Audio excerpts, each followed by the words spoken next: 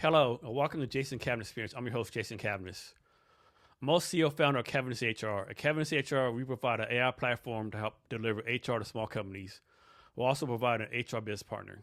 At this time at CavnessHR, we're raising money on a Wefunder to help finish our product development. To learn more, go to the QR codes on the screen. Our guest today is Andrea Jordan. Andrea, thanks for being here today. Yeah, thanks for having me. So I always try to start off like a softball question. Hopefully it's a softball question. Okay, let's see what it's Talk about like what you do, some of the things you do for fun, what your hobbies are. Well, I'm a parent, so my hobbies and my kids' hobbies are almost, that Venn diagram is almost a circle. I go to the trampoline park a lot. I find myself spending a lot of time there. And I watch a lot of Disney Channel shows. But I think for me, for fun, I like to read. I'm a pretty boring person. I was the only child, so anything that gets me to use my imagination is something I really love. And I actually love writing a lot, so that's my creative outlet. I tell you, you don't look boring. You don't look like a boring person. Thank you. You look like you're pretty creative, pretty fun to be around. I try to be fun, and it's funny because I've spent a ton of time. I mean, like an inordinately large amount of time doing my startup stuff, but I find that it is my creative outlet right now, so I still feel like a creative person even though I'm navigating this space. So this might be a mess up question, and you probably won't be able to answer, but I don't have my little kids, right? It always turns out my kids' friends' parents end up being my friends, but a lot of times I'm like, man, what's it for my kid? I want to be hanging out with you. Do you see that sometimes? 1,000%. Like they say, being an adult and making friends as an adult is really challenging. And it's true because a lot of times we just sort of like do our own thing and go home. Being a parent is the one thing that I found that makes a little bit of a difference in that. But, being the reality of who I am, I find that a lot of times my kids' parents and I wouldn't naturally have encountered each other in our normal sort of social ecosystem if we didn't have kids together. So. And how old are your kids? 8 and 4. So do you find that you've been an entrepreneur, and we'll talk about that later, right? You've been an entrepreneur, like helps you parenting, or like is like shows your kid like how to be a role model or anything like that? Like you can do your own thing versus just being 9 to 5? Yeah, I think that's the goal. My son, for instance, has identified as an artist since he was 2 years old. And when I was, sort of a cog in the larger machine, when I was working for the federal government, I loved the mission of the work that I was doing. And yet it was so uncreative that it was difficult for me to show him an example of how you create your own thing, you go your own way. And sometimes that means you work more, sometimes it means you work less in terms of hours, but you are the one that's driving your own vision. And I feel so much more comfortable being able to show him what I'm doing now, because he can see that you can drive in that direction, and also that it has a cost, and that you can build the capacity to pay that cost, and how to keep things in balance, and that you can make those decisions and all those different kinds of things. Like those are the things that I wanted to show him. So I do feel like it gives me an opportunity to do that. So how you balancing everything, right? Being a startup entrepreneur, parent, Yeah, you sort of, I think that I've always been here. I've been a working mom since my son was maybe 4 months old, and I was working before then as well. I think it's less, I think this is scientifically proven, but don't quote me on don't ask me to quote where it comes from, but that we don't really multitask. Our brain just picks one task at a time to really focus on. And I feel like that's the case when it comes to these different selves or these different hats that we wear. I feel like I don't necessarily feel like I have balance. I work a lot on my startup, and then I try to fit parenting in there. And then some days I work a lot on parenting and I try to fit startup stuff in there. And I don't necessarily feel like I have a really good balance of doing all the things at the same time. I just try to keep why one matters to me in mind when I'm doing the other one all the time. And that's how I feel like I can reach internal equilibrium, even if the balance between how much time I spend doing one or the other is off kilter one week to the next. Why do you think so many of us, like, for lack of a better term, suck at empathy? Like, why do you think someone just like lack empathy? I spend so much time thinking about this. It's like my favorite subject. I think that we don't necessarily have a very introspective society. And I think that that's really interesting because we have a lot of technology that is so self-focused and self-centered. We place a lot of emphasis on our own opinions. You can go to Reddit and find just like a ton. It's just a veritable graveyard of opinions, right? We are focused on our own perspective. But the reality of ourselves is something that we often leave behind in that conversation. There are not really a lot of tools that help us really, really dive into the heart of like, who are we and why are we? And I think without that perspective being really developed internally, it can be really difficult for you to then try to touch that reality in someone else. And so we have a lot of opinions and we think we know the facts, and those things can butt up against other people. But truly recognizing that you have a perspective and a set point and all these things that make sense to you and that someone else does too, and then being able to meet them in that space, we don't have a lot of emphasis on that.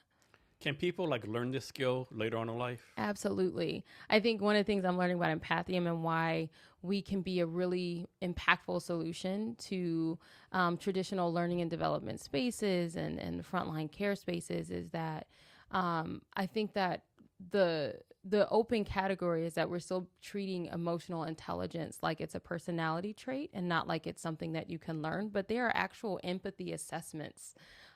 There are ways that you can sort of operationalize what does it mean to be an empathic person. And I think, again, it's empathy as a base, but it's also relational intelligence. It's all those things, right? And when you combine that, that is something that can be assessed. And if it can be assessed, it can be learned. Is there anything out there that says like, if you're introvert or extrovert or like a Myers-Briggs thing, or you're more emotional, more angry, that you tend to be more empathetic or less empathetic? I feel like there are definitely correlations between personality assessments, personal assessments, your astrological horoscope, all those things that are going to tell you where you sit on the spectrum of, what's your natural set point. But I will say that empathy is not necessarily like the end goal too, because as one of the things that I've been learning in terms of supporting people in the frontline care workforce, for example, is that an overemphasis on empathy personally can also lead to burnout at the same rate or sometimes quicker than someone who is not naturally empathic and then also burns out or, reaches that space. So I want to say that empathy as a spectrum, yes, that's true. Some people are more inclined, some people are less. But in terms of what it means to successfully and sustainably connect with other people in a way that allows you to stay in the work and allows them to get value from the work that you do with them, it's not necessarily like empathy on one end and like a lack of empathy on the other. So trauma, why is it like suppose two people experience the same thing? Yeah. One person is very traumatic, other person like, yeah, no big deal. Like, why do you think people react different ways to different situations? Yeah, I think that's a really good question. One, I love bringing the idea of trauma into conversations because I think that our cultural understanding, our social understanding of what trauma is at a point where it can be evolved significantly. I think like our anecdotal understanding of what trauma is and how it's experienced is a little bit behind the reality of how we're experiencing it. So I think that when you introduce the idea of complex PTSD, which means people who already have a set point of within their developmental experiences, they had other, traumatic elements or what have you, or they've had, ACEs. I don't know if you're familiar with that, but the adverse childhood experiences. When you take, I was using this example with my son earlier because he and I were trying to figure out why we've been butting heads lately. And for me, it's the fact that I feel like with very little stimuli, he goes off the rails. And he feels the same way with me. He's like, I just feel like whenever I do one little thing, you get really upset. And he and I were talking about this analogy of like, if I pour an ounce into a glass that can hold 8 ounces and it's empty, right? And so I just pour 1 ounce in. Is it gonna overflow or is it gonna be fine? And he's like, it's gonna be fine. And I said, why? Because it has space. But if I pour 1 ounce into an 8-ounce glass when it already has 7.5 ounces in it, that same input is going to make it overflow. Why? Because it was already full. And so I think what matters is when someone meets the moment, who were they when that moment came to them? one person may have been completely empty and that 1 ounce did not overwhelm them. And someone else might have been almost completely full. And that 1 ounce was just enough to sort of be the straw that breaks the camel's back, so to speak. And working with veterans at the VA, working on the front lines of care as a social worker, that all of those things have really gone into my evolution of understanding of how trauma impacts how we show up both individually and with other people. And that's what drives that perspective. So I think there's a saying, like people say, like, give someone grace, right? Mm-hmm. Is there a time when like someone does not deserve grace? Like this person that's gone go too far, he's had too many chances, like you gotta like cut the grace off, so to speak. I can't say that that's what I feel, but I can talk about it from the perspective of being a social worker. So in social work, and I hope that there's at least one other social worker that's listening to this that's nodding their head and saying, yeah, when we do the work that we do in communities, a lot of times we are doing it with people that have been excluded from services elsewhere because they have sort of, activities that were on the no list, so that could be a history of sexual assault and aggression. That could be certain types of physical violence. Social work and community mental health and behavioral health settings tend to be where we get all of the rest of what was left after everyone else decided not for us, right? And because we've had to operate and have to operate in spaces where we can't opt out, that really allows you to see that even those people are humans too, and that they have their own context as well. They have their own whys, and you have to learn how to, I guess, empathize with the reality that there are a variety of different reasons why people do what they do. So I say that to say, no, I don't think that there is a certain type of person that is beyond being able to see empathetically, at least. That doesn't necessarily mean that everybody is going to make different choices when provided with the opportunity to do so. And I think that matters more. How long were you a social worker? So I graduated in 2015, and I always will be a social worker, but I was in direct practice until 2018, and then I transitioned to higher education, and I was teaching it full-time in a social work program through COVID into 2021. Let me ask you this. So social workers don't get paid a lot of money, do they? Period. No. And so if someone's a social worker, it means they really love what they're doing, right? Yeah. Okay. Yeah, I think so.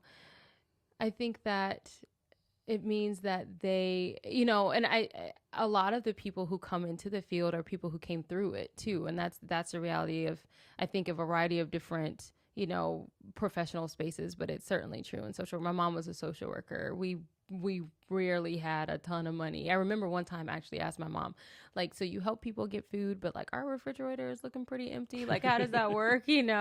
So, we have that value system that drives us. So when you're a social worker, how did you and other people like prevent from getting too personally involved with your clients? That's a thing. And I talked to my colleague who is our UX researcher and is also a social worker still in direct practice. And she's like, I kind of like disregard that, I mean, you want to have a professional balance of, I don't want to, engage in transference or countertransference or compromise that person because I'm showing up too personally. But I think how much I show up as a person is something that is different depending on who you are as a professional and also the population that you're working with. Some people choose you when they have the ability to choose the person that they work with. They choose you because of who you are. And so then it becomes, kind of a disservice to not show up as your full self. But I think you have to calibrate what's your audience. Like when I was working with homeless teenagers, I was 26, right? And so at one point I wanted to show up like I wasn't almost their age, and then there are times where I realized like it's actually a strength for me to show up that way, so I think it's always in flux. The book will tell you one thing and then reality will tell you another, which is honestly the point of Empathium too. So this is totally random, right? Yeah. Oh, I love it. So I want to talk about this female comedian on TV, right? Okay. And she's a former social worker. Okay. And she told a joke about how this dude tried to holler at her. And she's like, dude, you're unemployed. I know you have no car. I know you're like, what were you doing, right? She's like, this dude must have the best confidence in the world. Like, I know all your shit you're going through, right? Right, exactly. Like, what you gonna do? Take me to under the bridge for dinner, you know? So any situations like that where someone like try to get you or whatever? Oh my God. You know, it's so funny because like I told you, I worked with transition age youth. So that was 18 to 22 and I was 26. So, I mean, pretty consistently, it's an interesting time to work with young people.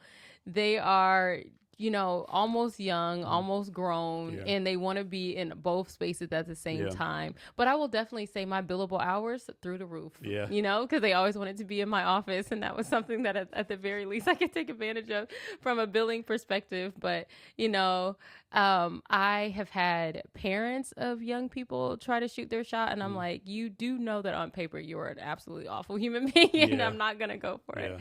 And then I think, I don't know. It's an interesting time of self-awareness. You're encountering them there. You have a lot of power in that situation.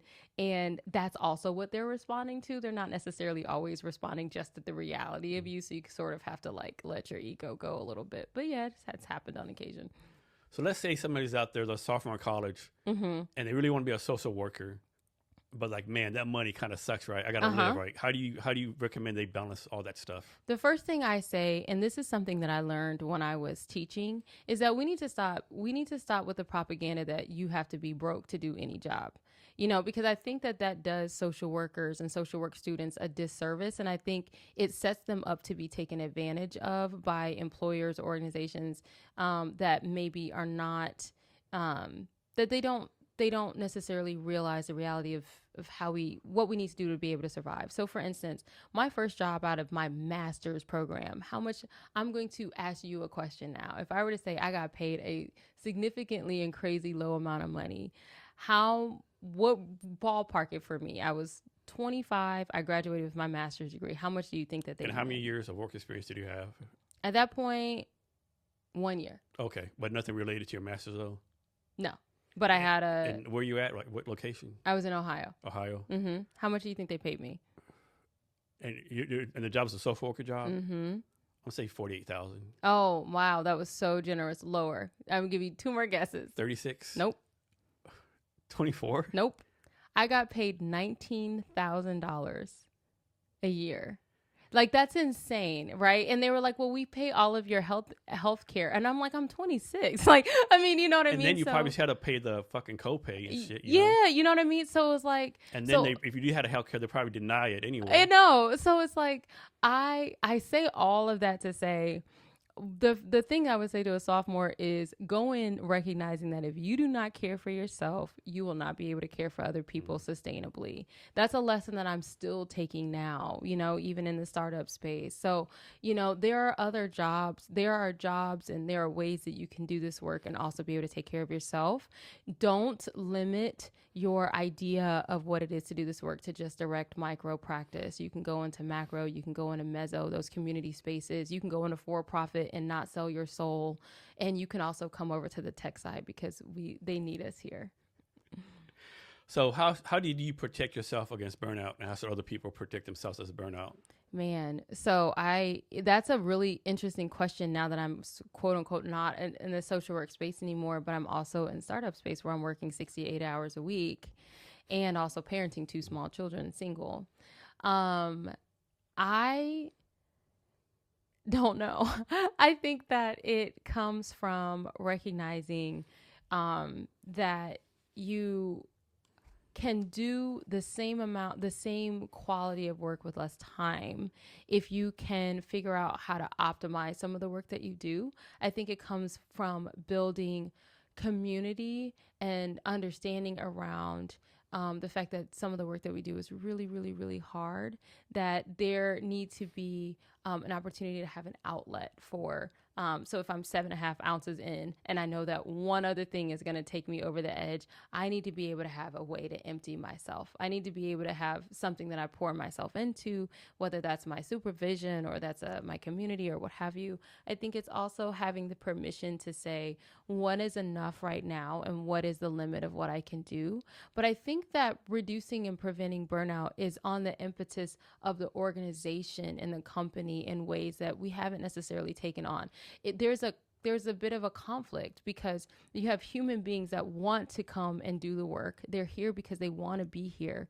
But then, you have organizations that don't necessarily understand or sort of support the reality of what that costs. I'm seeing it in community health centers. I'm seeing it in hospitals.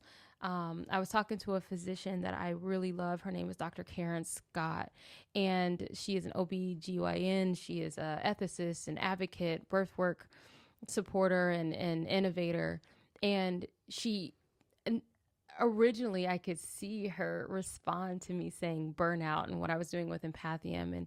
And I was like, tell me about that flinch that you just had. And she said, it's not burnout, it's moral injury. I think that we have to recognize that limit that we come to is being contributed to in a variety of different ways, right? Like sometimes it's too much work and not enough time. Sometimes it's unrealistic expectations from organizations.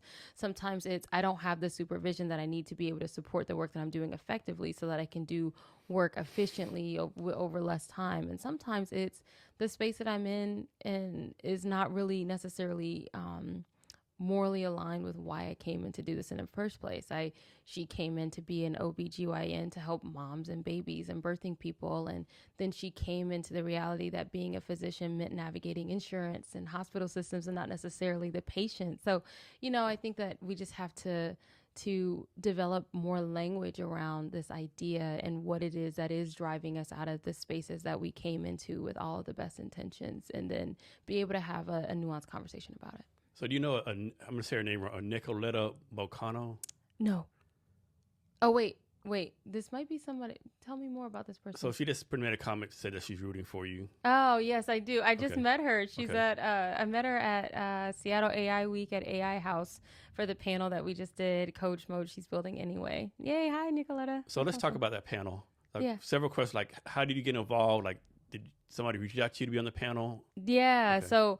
So when I won the pitch at AI2, when I won the Pitch Please event in June of this year, a woman named Lindy Tardif reached out to me. Let me stop. So Lindy, if you're listening right now, you need to come to the podcast. It's a great experience. So, she said she's not chatty enough to be a boring person, like whatever. Like, yeah. So help me influence her to get on the podcast. Oh yeah, she's amazing. Yeah. Oh my God. She's I won't talk enough. Okay, I'm sure. Yeah. No, I think she was the one who facilitated the panel. Yeah. I think she would be fantastic. Yeah. So she reached out to me to say congratulations, and it was a really wonderful message. We went back and forth, and then months later, she reached out to me and said, "Hey, I'm with Women in Tech Seattle, and we really want to do this event for Seattle AI Week, and would you be interested in joining us?"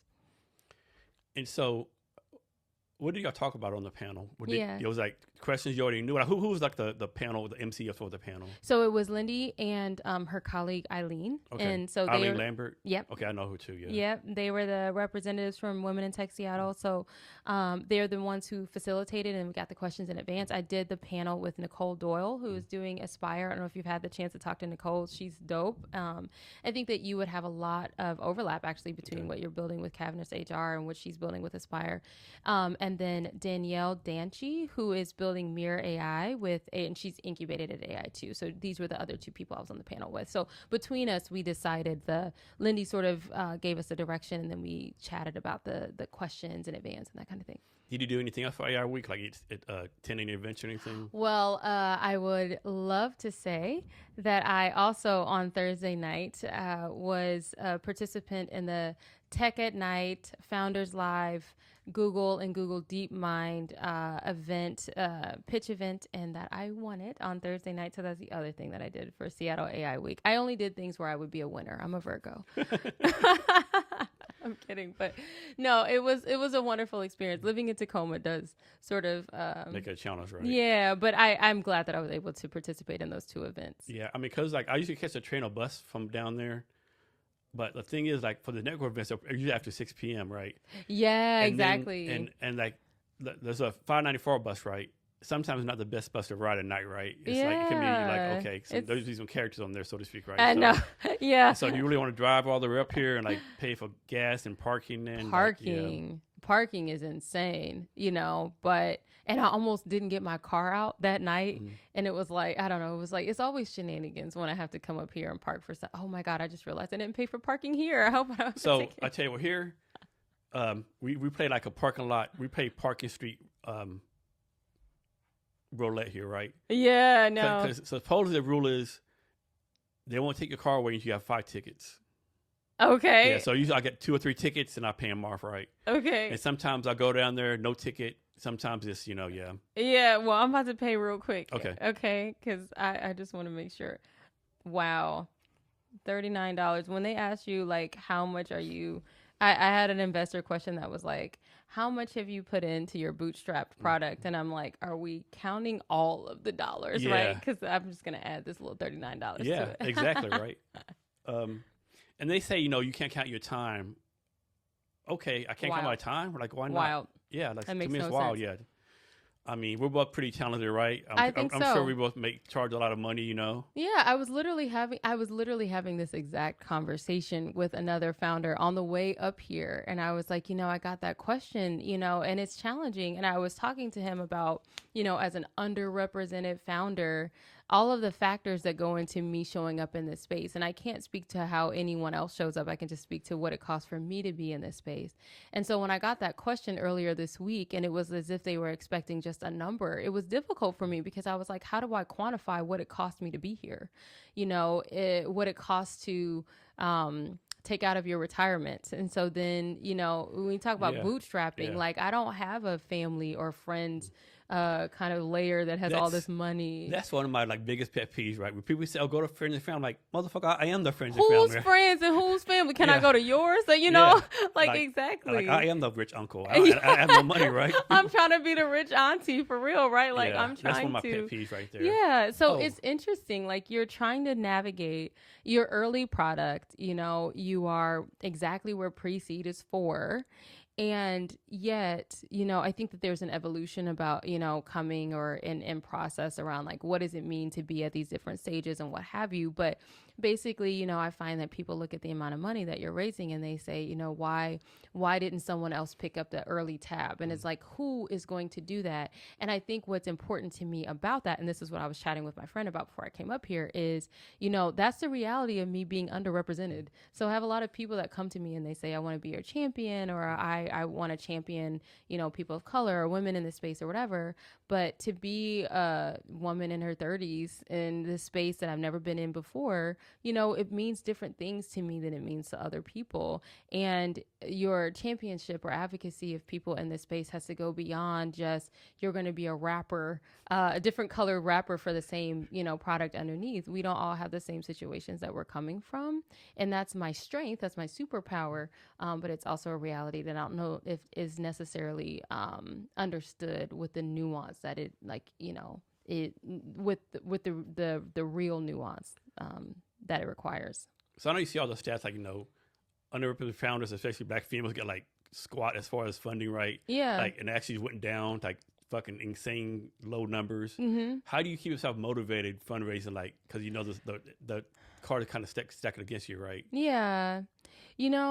I am responding to that in real time. Initially, and this is professionally too. I think that there's a lot of code switching that happens. There's a lot of how do I learn the language? It is in terms of being able to get as far as possible. How do I assimilate? How do I kind of learn how to blend in and do that thing so that when someone looks at me or talks to me or considers giving me their money, they can trust that I'm going to act just like someone else would with their money or with their investment. And there's a certain amount of overlap that matters there. But what I'm actually doing in real time is negotiating, how do I show up as my authentic self from -0, -1, the moment before the first moment that I interact with that person, so that we can sort of get it out of the way that I'm actually not any of those things. I'm not any of those people. And if I can't show up as I am, then I'm actually doing, that person a disservice, because all the lessons that I've learned and all the things that make me me are exactly why I'm going to be successful. And then you just try to find alignment with people that recognize and see that from the very beginning versus trying to convince someone else. But I will say, I've had people say, I want to introduce you to people who also represent people in this underrepresented space. And my challenge is, that's cool. Introduce me to those people, and also introduce me to the people who exclusively fund white men. Because if we can't break out into those spaces, then we're always just going to have this small little batch of people that are kind of investing and looking in this space. And that's also not sustainable. So I'm sure you get introduce a lot of people. Talk about when your spidey sense comes on and says, okay, thanks for the introduction, but this might be the right person for me. That's a real complicated question. Because I've had some experiences that are like, oh my goodness. Sometimes in the interest of being safe and signaling safety, I have had people do the exact opposite, where I'm sitting in a situation and it's like they're just leading with all the things that are different about me, and it feels very much so like they want to be congratulated for, championing people like me, versus really understanding, like sometimes I want to know, have you ever met another Black person though? Like, have you workshopped this conversation with them? Have they been able to give you feedback? Because this is very uncomfortable. And so there have been times where in that sense, it's been uncomfortable, or I've been like, oh, I don't know if we can be, because an investor relationship is like Married at First Sight, or it's like 90 Day Fiance, or some other kind of reality show, Love is Blind or something, where it's like you're going all in on a lifetime or a long time commitment with someone. So you just really want to make sure there's alignment. And there are times where I'm like, can we really work together if this is how I feel in the very beginning, Yeah. So talk some about the advantages and disadvantages of being a Black female founder. I feel like the disadvantages are widely known. And I think that that's just, if people are expecting you to, again, just show up in a space just like everyone else is, but you're showing up with a little bit more melanin, then they're going to be disappointed, and so are you. But my advantages are many, I am someone who is very strong in my ancestral practice, and so I honor my ancestors often. And I think about how they show up in my life and in the way that I do what I do. This idea that I'm going to do it anyway. Even the title of the panel that I was on, she's building it anyway. That I'll do it, forget it. Like I know that I'm not going to necessarily be able to rely on someone else to do this thing for me. I'm going to build the skill set to do it myself. I come from a long lineage of that. I think your character is developed in that way. And I have good character because I have had to develop good character. I think the fact that I'm getting divorced, the fact that I'm a single mom, I had an investor tell me that being a single mom might be something that scares investors away. And I'm like, well, if they are going to be afraid, they should probably run now. But if they aren't and they stick around, then they can recognize that that's how I know that I can be resilient. This matters to me from moment one. So advantages, I have a strong community of people around me. I'm a very community oriented person. Culturally, that tends to be, the way that we operate. I do see that we might be divine nine buddies. I'm very interested in that. I saw that on your headline and I was like, does that say Phi Beta Sigma? Like, what is going on? So yes, I'm an Alpha Kappa Alpha woman, that we have so many different elements of our culture that are around helping each other. I'm a part of the C619 incubator, right? That just started here in the Seattle space. Again, all around that idea that we lift as we climb. That's something that is a cultural value, and I bring that to this space. And then just, being a Black woman is dope. Like, I think that the way that we move, we don't have the opportunity to take the path of least resistance. So what you're going to get from me is going to be excellence. I don't look at a task and think, what is the least amount that I can do to be successful at doing that thing? I think, what is the most excellent way that I can execute that thing? Because I haven't really had the opportunity to do anything less than that, but I've built that as a core tenet of who I am. So I don't know. I invest in more Black female founders. You're going to get amazing companies, amazing exits and returns. Talk about this incubator you just said, because I don't think I've heard about this incubator yet. Yeah, so it's called C619. It's a new initiative by Arif Gersel. And okay, I know he's coming to the podcast next week. Yeah. Oh, yeah. really? Yeah. So he's going to talk all about it. And I'm really excited about being a part of Cohort Zero. I have attended events at the Union and with PACE before, and I love that they have built a space that is that they have evolved in their journey to be able to now host and create a home for other Black techies in the Seattle ecosystem. I'm really excited about being a part of it. So what do you expect to get out of this incubator? So first of all, what I love about it is that we're called Cohort Zero, but Arif is clear that it's not necessarily going to be a cohort model. He's been involved with, I believe, Techstars and all these other types of incubator spaces. So he's seen the ways that they can be run. And this isn't something that just runs for 12 weeks and then we're done. He has really calibrated each journey to be very specific to where you are. And he's very interested in understanding what your goals are. So I'm expecting to get a very highly personalized experience that lasts across a lifetime of Empathium, mentorship from people who have done some extraordinary work, not just here, not just in this Seattle space, but also nationally and then also globally, so that I can get a lot of different perspective there. I'm expecting a lot of real strong community with other innovators and creators that have a variety of different cultural contexts, because most of the people I've met out here, especially people of color, aren't necessarily from the Pacific Northwest. So I'm excited about that. And then I'm hopeful for, developing the skills that I need to be able to be an executive and be a CEO of a company, because, there are a lot of different ways that people are. I think the AI, we talk a lot about AI and what AI does. For me, what AI did was allow me to be able to penetrate the startup space in a way that I wouldn't normally have been able to do.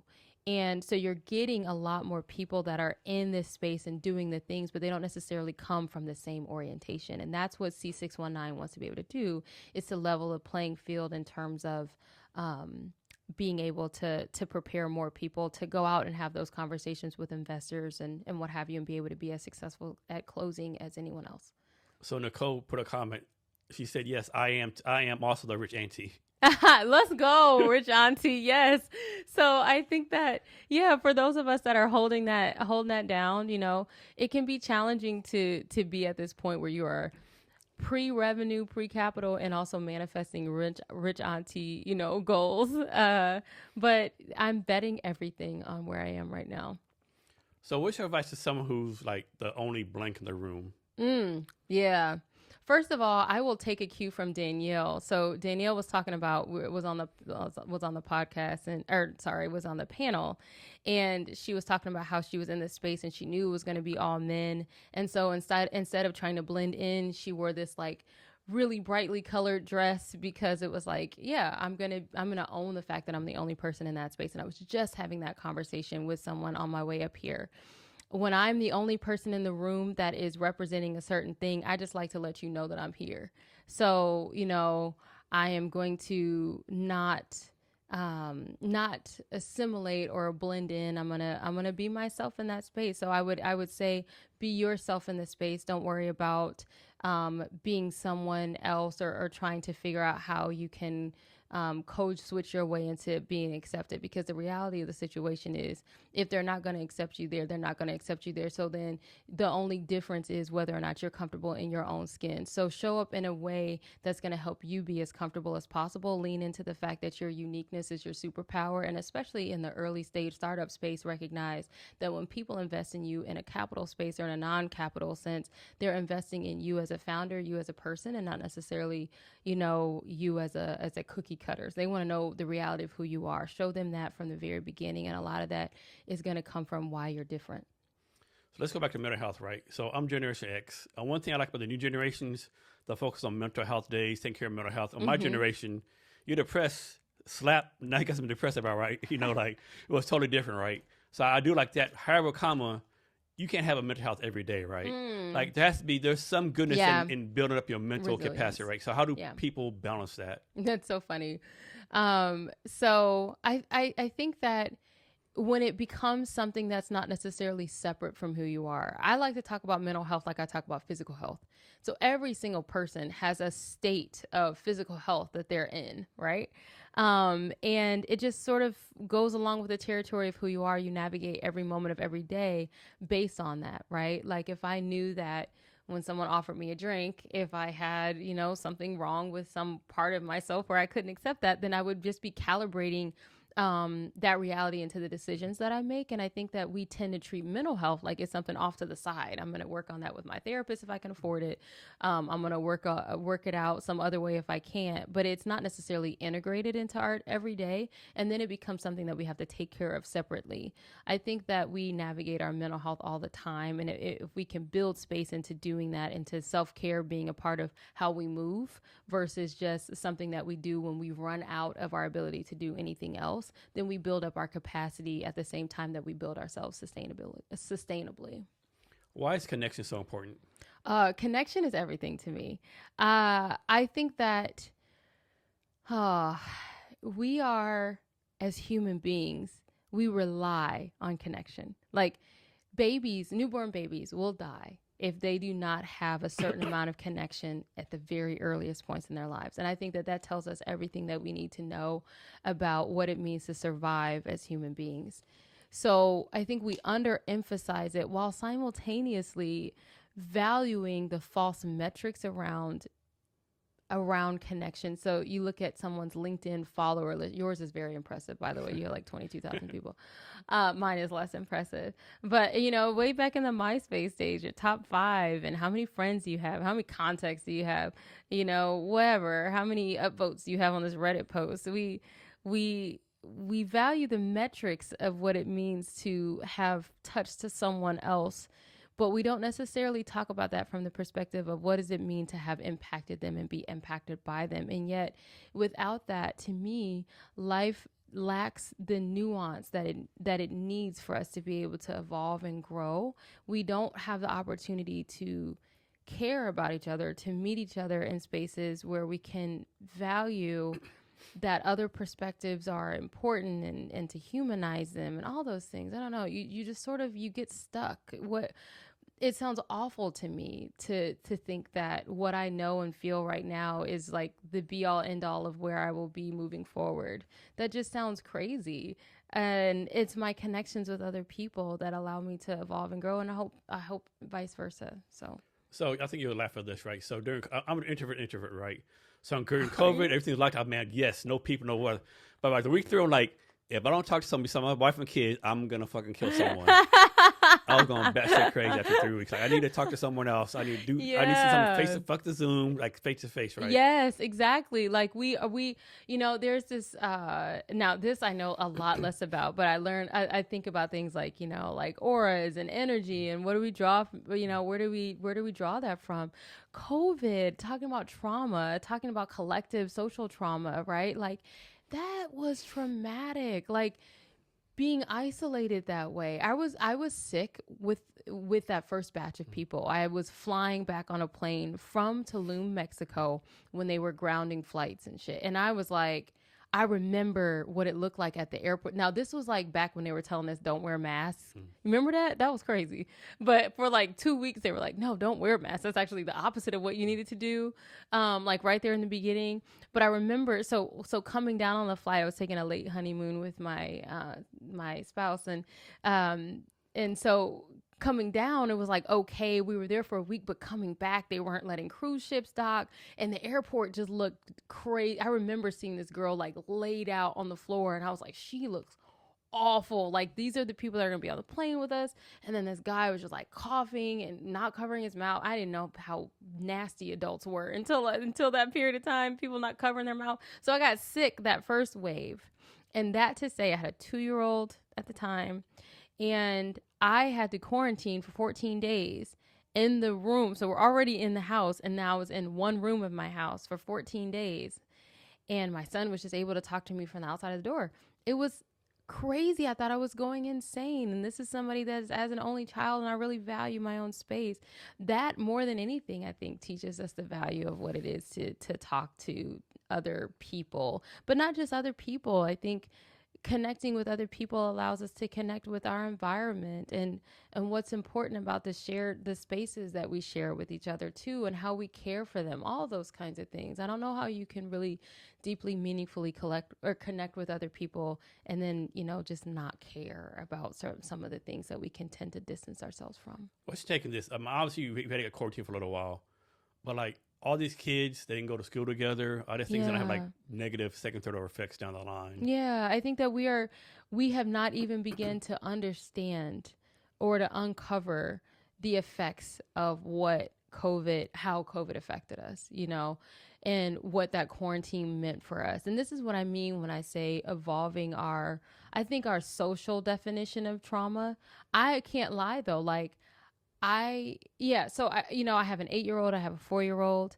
I remember my son going to school. Now, he didn't go to any sort of in-person school before then anyway, because number one, because he was so young. Number two, I was working in higher education, so I could stay home with him. So around the time where he was getting to the age where he needed to be out was also when all the kids were coming back. And I remember it was rough. Like, the kids didn't really know they didn't know how to be with each other, and I think, little kids are just tiny examples of what humanity is. I was looking at all of us. I mean, I think everyone got a taste of what it is to be a mom that stays on maternity leave too, and your social skills sort of atrophy a little bit. I remember when I first started talking to human beings again after I had been at home with my baby. I remember one time somebody said something like, oh my God, enjoy your baby. I was like, oh, you too, or something. And then I thought about it for forever. And I was like, why don't I know how to talk to people anymore? I don't know. I think that's a light example of, some of us had to get into what it meant to interact with other human beings again. But I think it had some costs that we've yet to start to tally. I also think, though, that it was an opportunity for us to really dig into our own thought processes, to quiet everything down, to get out of the grind of the habits that keep us so stuck. From a time perspective, we can't get out of them. We can't take time before we have a commute, before we have to drive, before we have to work. We have to work for so long. Then we have, when we're stuck in that grind, you don't even have time to hear yourself. I certainly heard more of myself because of COVID, and I made some major life changes because of it. Another tip might be a negative from that. Like a lot of people, like, you know what? I still love you, but I learned I don't like you, right? For both their spouse and their kids, right? And people are like, I love you, but man, I'm learning like I don't like you. Yeah, I'm learning that I love myself, but I don't like myself. I don't like the way I'm showing up in the world. I definitely think that, I am getting divorced now. And I mean, a part of that was being able to take some time to really hear myself. I think when you're too distracted because there's so much external noise, it can be difficult to hear your own truth. And I think that truth is sometimes ugly. I think that truth is sometimes exciting. Maybe it's both. I know that I was in the middle of quarantine. It took me 7 days to realize that the 9-to-5 workday was some bullshit. That the lie of this is what it means to be a productive adult is something that benefits other people much more than it benefits us. And I certainly wouldn't be here as a startup founder years later, if I hadn't had some of those first seeds of dissatisfaction in the way that I had been moving, planted in me at that time of deep, deep introspection. So you're building an AI company, correct? Yes.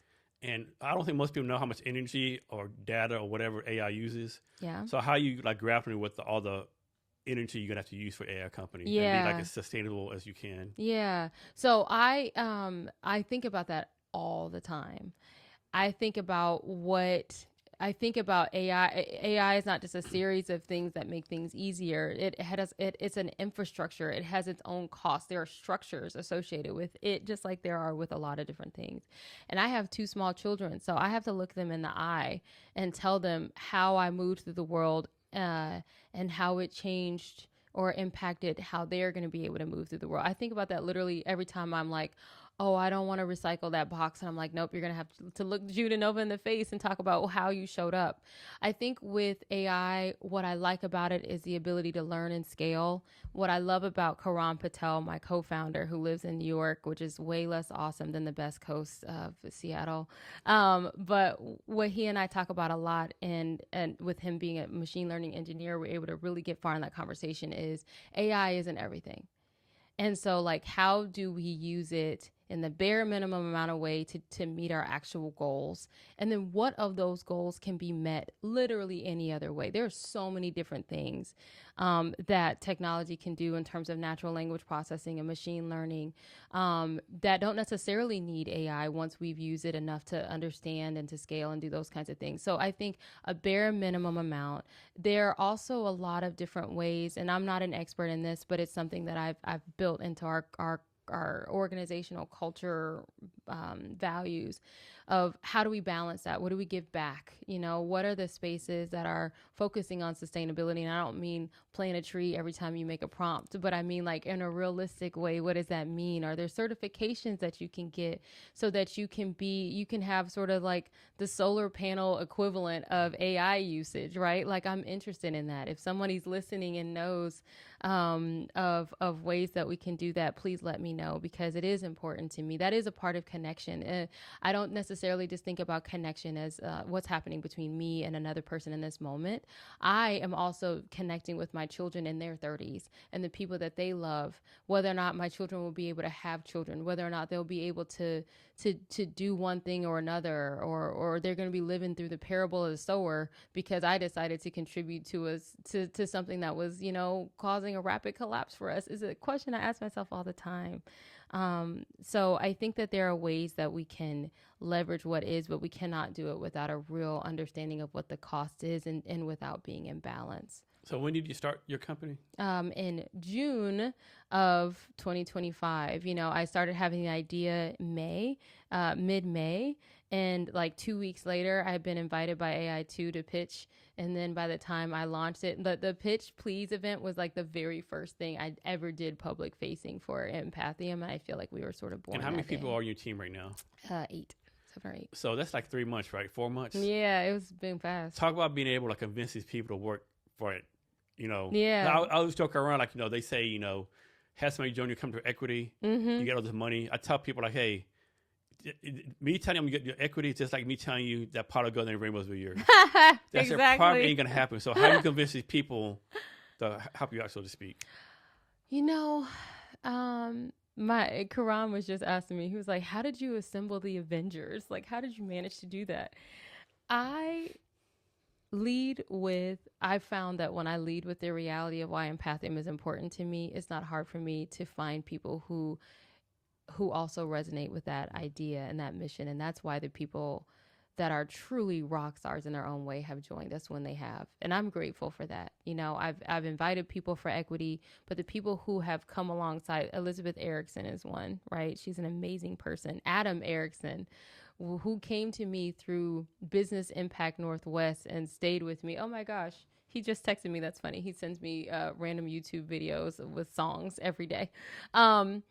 But Adam Erickson was my business coach. He could have just stayed in that space, but he went above and beyond that and actually became our first angel investor because he deeply believes in what we're doing. I think that that's a benefit for Empathium, is that you can get people who believe and they can invest of themselves in that way. It can also be a challenge because, we don't have the same structure as an AI for CRM that can scale fast and make people buku money. And they know by month 2, we have $500,000 ARR or something like that. This is a slower thing. We need patient capital, but, I've been grateful. I can't even take credit for it. I mean, I think that it's just been a network effect thing. I think it's an energetic alignment.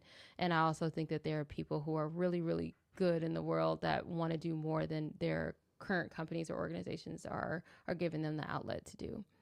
And so you consider yourself a tech founder or non-tech founder? Non-tech founder for sure. So how do you, and I guess your co-founder does all the tech stuff for you? Yeah.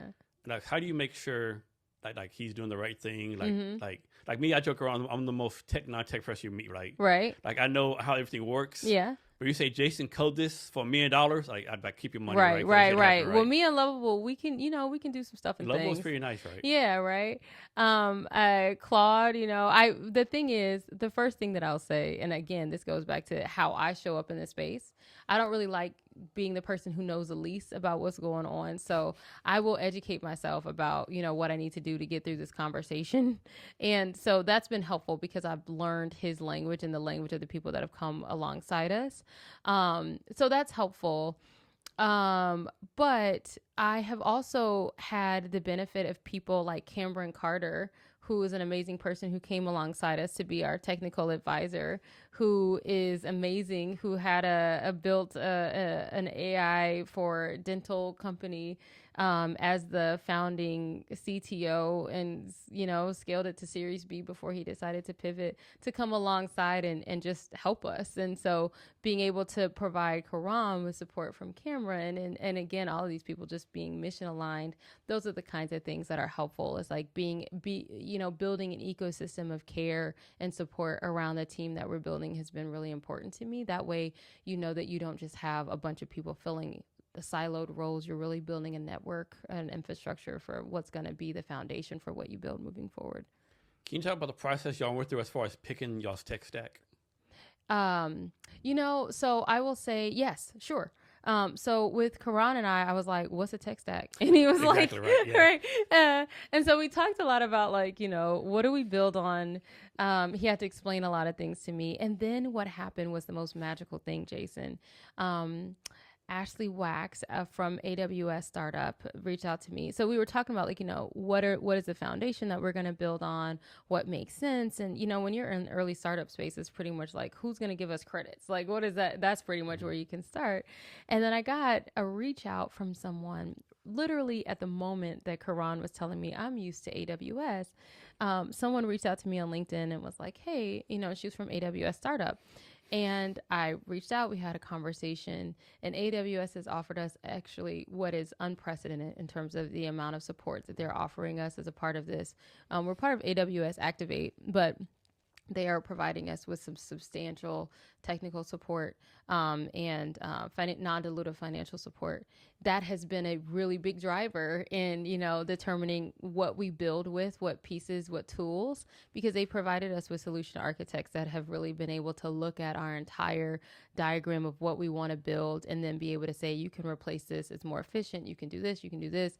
And, with 100 plus products in their marketplace, we've been able to build a really defensible, compliant tech stack that we would not have been able to access otherwise with their support. So we sort of started it with, what can we do right now that's, feasible and accessible, and then we've had people come along the way that have influenced where we've gone from there. Next, can you talk about how you do your product roadmap, like how you decide what to do next, like your features going on, all that kind of stuff? It's funny because I'm in the middle of doing, and I'm not afraid to say this, like I'm in the middle of a redefinition period in terms of our roadmap.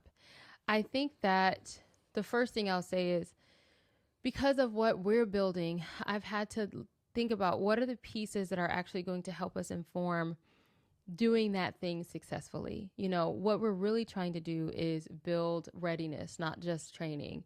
And readiness and connection comes from a deep understanding of what humans are and how they show up. So It's a matter of constantly understanding where do we need to go first and where do we need to go next. You're navigating a lot of different voices. And like we talked about earlier, when you're able to do a family and friends round, that means that the only voice that you're hearing, for better or worse, is your own, because you haven't had to bring in outside people to drive, how quickly you need to go to the next pace. But when you are investor forward from the very beginning, you have a lot of other perspectives that you have to use to drive sort of your set point. How quickly can you make money? How quickly can you monetize this thing, and for how much? Is something that does drive your product roadmap. So I think it's a matter of what are the influences I have that are coming into this conversation really early, bringing those into the space, but then also understanding that you were the person that had the original vision, and where is it that you want to go, and listening to myself and trying to understand what I build there, and making sure it's in alignment with the original mission, and that I don't lose that. Other than that, it's been advice from people that I trust, people coming alongside. But the best advice I've gotten from people has started with them saying, this is just one person's opinion. You don't have to feel compelled to take it. So I've sort of compiled like a dossier of perspectives, and then I sort of filter it through the lens of my own instinct. My instinct has gotten me this far, and I believe that it will take me, further still. So that's how I determine what do we do when. I mean, and I know that that's not necessarily, Quran might have a completely different answer to that question from a technical perspective, but for me, that's how I decide how we move. So on your website, it says powered by AreaCore. What does that mean? What is AreaCore? AreaCore is our brain. So Empathium, the product, the value of what we're building really is this thing that can process a variety of different types of inputs and can then respond in a way that is facilitating the development of emotional and relational intelligence. So AreaCore is adaptive emotional and relational intelligence core. And it is what we are right. It's our model of all of these different frameworks and just the output of a lot of different thought leadership and evidence-based and peer review practices of, professional and personal connection between people. It's this, proprietary mix of all of those things that powers everything that we do. So you talked about this a little bit before, but go more like what is trauma? Like what's the definition of it? All that kind of stuff. Yeah, I think so. When people hear trauma informed, a lot of times they think, well, I don't have trauma, so why do I need this product to be trauma informed? Trauma, pretty much, if you go into the DSM-5, and you were to look up PTSD, you would find more than you would anticipate, right? I think it's been a long time since I've made an official diagnosis, so don't quote me, but I believe across 7 to 11 sections, there are 36 criteria, if off the top of my head, for what it means to be, for what trauma means. It is so much more than just I hear loud noises and I get nervous because I have this thing that is, this monumental experience that happened in my background. It can be usually with PTSD or acute stress disorder, it's something happened and I really feared for my life, or I really feared for my well-being, or I really feared for the well-being or safety of someone else. That is the kind of textbook definition. But what we're learning is that trauma is all of these. It can be a lot of other experiences too on a spectrum. So we talk about the adverse childhood experiences as a part of trauma. We talk about complex PTSD, things that have been around us in our environment, things that happened in our neighborhood, those kinds of things that were non-normative that sometimes manifest in us and we don't even know. Like most of the people that I've talked to and kind of walked through treating their trauma haven't even realized that the way that they move through the world has been heavily impacted by being drawn to a course that they maybe normally wouldn't have been on in terms of how they relate to themselves and other people because of early experiences that they didn't even know to recognize as traumatic. So I think it's anything non-normative, which at this point is a variety of different things. I mean, the fact that if you and I went to the movies right now, probably the way that we think about monitoring the exits and who's coming in and those kinds of things is going to be so much different now than it would have been before Columbine in 1999 and everything that's happened since. The fact that we have that in this country, the fact that every single day I send my children to school, and I have deep, deep, deep anxiety about whether or not they're going to come home. That is trauma. That's traumatic. And that is not necessarily related to an experience that I personally had, and yet it sits with me. So I think that the conversation around trauma is nuanced. So here's one for you. So this is my trauma, right? And maybe you can help me cure this. So I was 5, 6, 7 years old, right? And I stood up when my parents watched a scary movie, right? Watched a scary movie, no big deal, whatever, scary movie, right?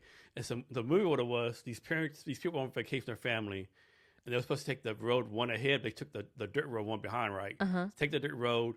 There were like all these demons everywhere, like devils and demons flying around. You know, I was thinking it was scary. So I went to bed, and I screamed so loud, my parents woke up, right? Yeah. I saw the demon coming through the window, right? Yeah. It's like, and even my mind now is like, my mind says, no, Jason, that shit was not a dream. That shit was real, right? Yeah, I can see it in your eyes. So like, I see like the demons come through, like even all these layers, like still in my brain mind, like this shit was real, right? Yes, exactly. I when I was 4, my dad used to watch scary movies, and I remember he worked second shift, and I always wanted to connect with him. So I would just stay up and watch what he was watching. And my dad didn't really calibrate himself for a child's audience. So we was watching Tales from the Crypt and Swamp Thing and all this other stuff. And I would be like, I'm not scared.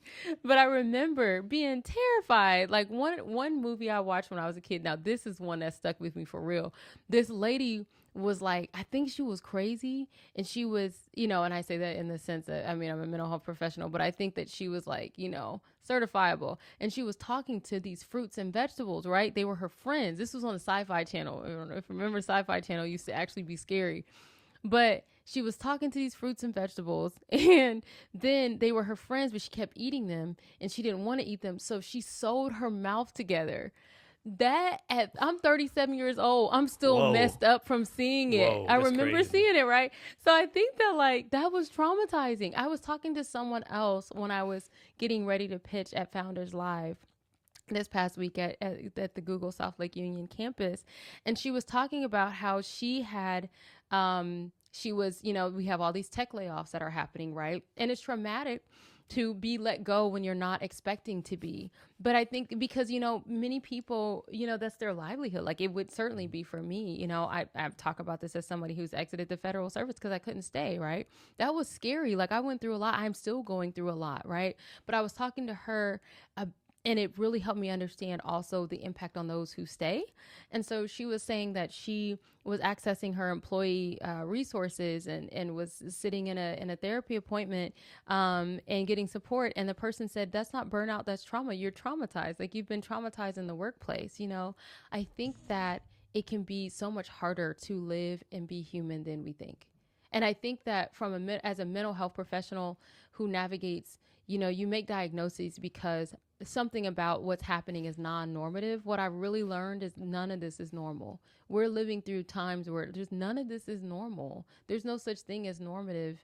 And now it's a matter of how is that non-normative reality manifesting in all of us, and how do we build an understanding about what it means for each person, and then just kind of going with that. So I know some people might disagree with this, but I actually think one good thing about what's going on, a lot of people realize that no one knows what the fuck they're doing, right? This is true. Because in the past, oh, I know this, know that. Like, no, everyone's making up along the way. Like, no one really knows. Like, you get a new role. Like, I mean, none of us know, right? And now we're being honest about that. We don't know that, right? Or do you think that people are being honest, though? I don't know. I look at LinkedIn, for instance, and I think about the fact that, you know, you are your brand and you are an early stage founder, and, you know, you want to post and you need to do these things, right? And what drives engagement? Well, telling people what to do, telling them I am an expert. I learned these things and I know the way to go. And I mean, if you scroll right now, somebody listening, just take 10 seconds to like scroll your feed, and probably out of 100% of the posts is going to be 95% people telling you what to do, because expertise. But should they be telling you what to do? Right. It's like the expertise trap. Like we the only way to get ahead is to have answers when, we really should have way more questions. That's one of my pet peeves when someone says I'm an expert. Like someone will say I'm an HR expert. Really? Yeah. Everything about HR. Like I see on your LinkedIn you spent 4 years as a recruiter at some big corporation.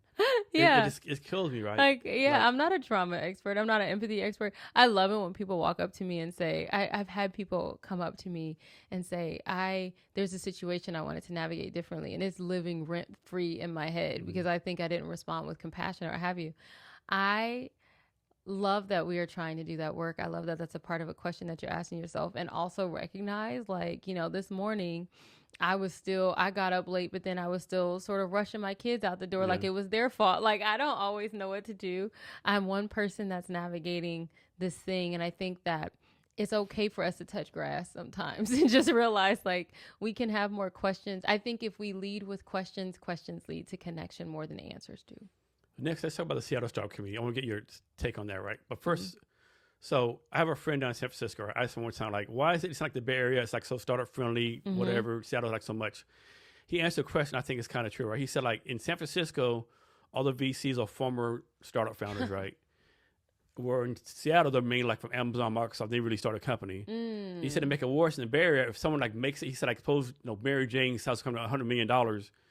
She invests $10 million back in startups. She said it seemed like in Seattle area, when someone gets acquired, they disappear. Interesting. That's really interesting. I think, I'm new to this space, so I can't speak on it with any expertise, but I think what they said makes a lot of sense, how we get started, how you come. And then I think, do you identify with the area? Is there a strong allegiance? People who are in the Bay Area in the startup space, there's an allegiance with the Bay Area. People coming here, they've come here to these big tech companies from a variety of different spaces, and maybe they don't have that personal allegiance to, or that personal connection to, the people in the ecosystem and what it means to reinvest. The other thing frustrating too, there's a lot of angels investors in Seattle, and they'll say, I do this, I invest. But if you look on Crunchbase or PitchBook, they haven't invested kind of a long time, right? Yeah. I think Seattle's definition of early is a little late. You're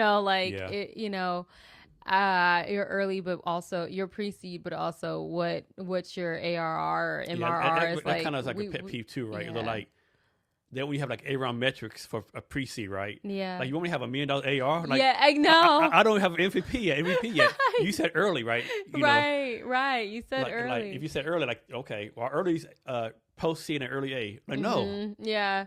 I think we talk a lot about the Seattle freeze and that kind of thing, but I do think that one of the things, now I'm a transplant, so I came here from Ohio 4 years ago, and what I'm finding in the startup space, first of all, I will say, it's been very, very, for me, I don't know what my success would look like if I was anybody else. I just know who I am. Right. I know the experience from my perspective, but I will say I have had the warm handoffs I've had have been piping hot, right? They have definitely opened doors for me, and it's been amazing. The people who have come alongside me, like Kate Nolan from Sourdough Ventures, who's an amazing person who just said, I believe in you as a person. I'm going to make some introductions for you. And those introductions have led to others that have had real impact for me. Evan Poncelet with Venture Black,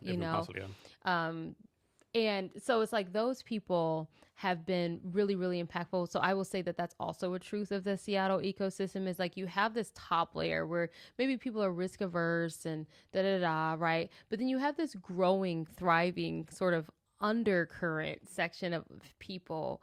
And I found people that are also innovators in spaces that are not necessarily made for them. I think that's maybe why they have been or that maybe that's a part of how they've come to take me on and take Empathium on in their championship. But that's also true of the Pacific Northwest startup ecosystem, is that if you can make a connection, Elizabeth Russo, who is a founder at Aiden, who's doing amazing work in the space that is so complicated for me to even talk about, but she's a geneticist, so she can talk about it better, right? But those people aren't just oh, I'm going to meet you. They're also my value is, can I champion you in a room that you're not in? And I've really appreciated that, because before I could get to that room, that myself, my name is in it. And I think that's also a part of who we are. It's we also, if you can encounter someone who's also gone through that journey, they're so much more apt, I think, to help you through it. So can you talk about your fundraising plan? You're going to bootstrap for a while? Because Cause one thing I would defend a lot of VCs for, a lot of founders do try to raise too early, right? Way too early, right? So do you have a plan for how you're going to approach that? I'm assuming you're going to fundraise eventually, right? I am fundraising right now. Okay. I'm actively fundraising right now. I'm in diligence. We're going to see what happens. My fundraising plan moved at a fast clip, right? Because like I said, we just started in June and we're already here. I'm raising 1.2 on a pre-seed. For me, it was, can I get early proof points and what does that traction look like? And so even in terms of the innovation that we've come out of this week, building out a B2C prototype to say like, maybe that's our growth engine. And, how do we build something that's not a pivot? And I was talking to Louis Newkirk from Founders Live and a couple of other programs that he's a part of. And he said, the B2C and B2B play can be smart. It can be like a peanut butter and jelly sandwich versus it being something that's like, two separate meals, right? So I'm thinking about how do I make a revenue story and talk about that growth engine, and then also talk about the revenue story, the scalable story, and then also the growth engine. It's an understanding of building an understanding of your product and how it can move, understanding the product market fit, talking to customers, more than one customer every single day. That's a part of how I drive my fundraising because that's how I've been able to get that early traction. But I think also recognizing that I'm in a highly regulated space as health tech because healthcare has been our primary focus. And so you have to understand what does it cost to operate there. And then you just have to be real about that. Like our lawyer, we have excellent representation with Wilson Sonsini. WSGR is fantastic. They're expensive. They're great though. Right. And so that what you're going to get is excellence that investors can trust and that your product can really build itself on. But doing the work to protect your product and what have you, it's not easy. It's not cheap. So I've added those costs up, and then I've just really, they say don't raise any more than what you need to get to the next milestone. So I think it's understanding the milestone, but also understanding that, our economic environment is changing and you have to take into account where am I going to be at my next milestone? Well, if my next milestone is 6 months from now, will I really be able to go back to the drawing board in 6 months and be raising again? Is that what my investors are going to want me spending my time on? Or do I need to give us a little bit more runway so we're not running from crisis to crisis? And then I think finally, when it comes to fundraising, I have moved away from what's the next I'm raising pre-seed to get to seed. I'm raising money now so that I can just come back to you and ask for money again later. And it's like, what is it that I'm going to mapping every dollar to an activity that is going to return in ARR or in revenue, has allowed me to really see what is that amount going to be. And I've worked with some amazing people who have helped me really understand that story. So the amount of money that I calibrated is perfectly tuned to every one of those dollars is going to return 2 or 3 of them back in the next 18 to 24 months. And here's how that happens. So lots of questions, right? Of course, what you said is what everyone says, right? But Reid Hoffman, the founder of LinkedIn, his philosophy is like, get as much money as you can, like use a moat for your money, the money for your moat, right? I'm like, you're Reid Hoffman, right? That's kind of easy for you, right? It is a challenging fundraising environment, right? So talk more about how you came up to 1.2, right? Because a lot of founders come to myself like investors, you tell them, hey, I raised 500,000. Oh, we only invest $1 million. Or vice, okay, I need $1 million. Someone else, we only do 250,000, right? Yeah. And of course, that's usually on their website and stuff, but it is and it isn't, right? So how do you determine the exact amount? And they say whatever you determine, 1.2 million, add 20% to it because the what if factor, Yeah, exactly. So that was how. So I actually came up with 750,000, and then it was you add a little bit. I work with. Like I said, I mentioned Kate Nolan with Sourdough Ventures. She made an amazing connection to me with a person who while she represents her organization, she really came alongside here in Seattle?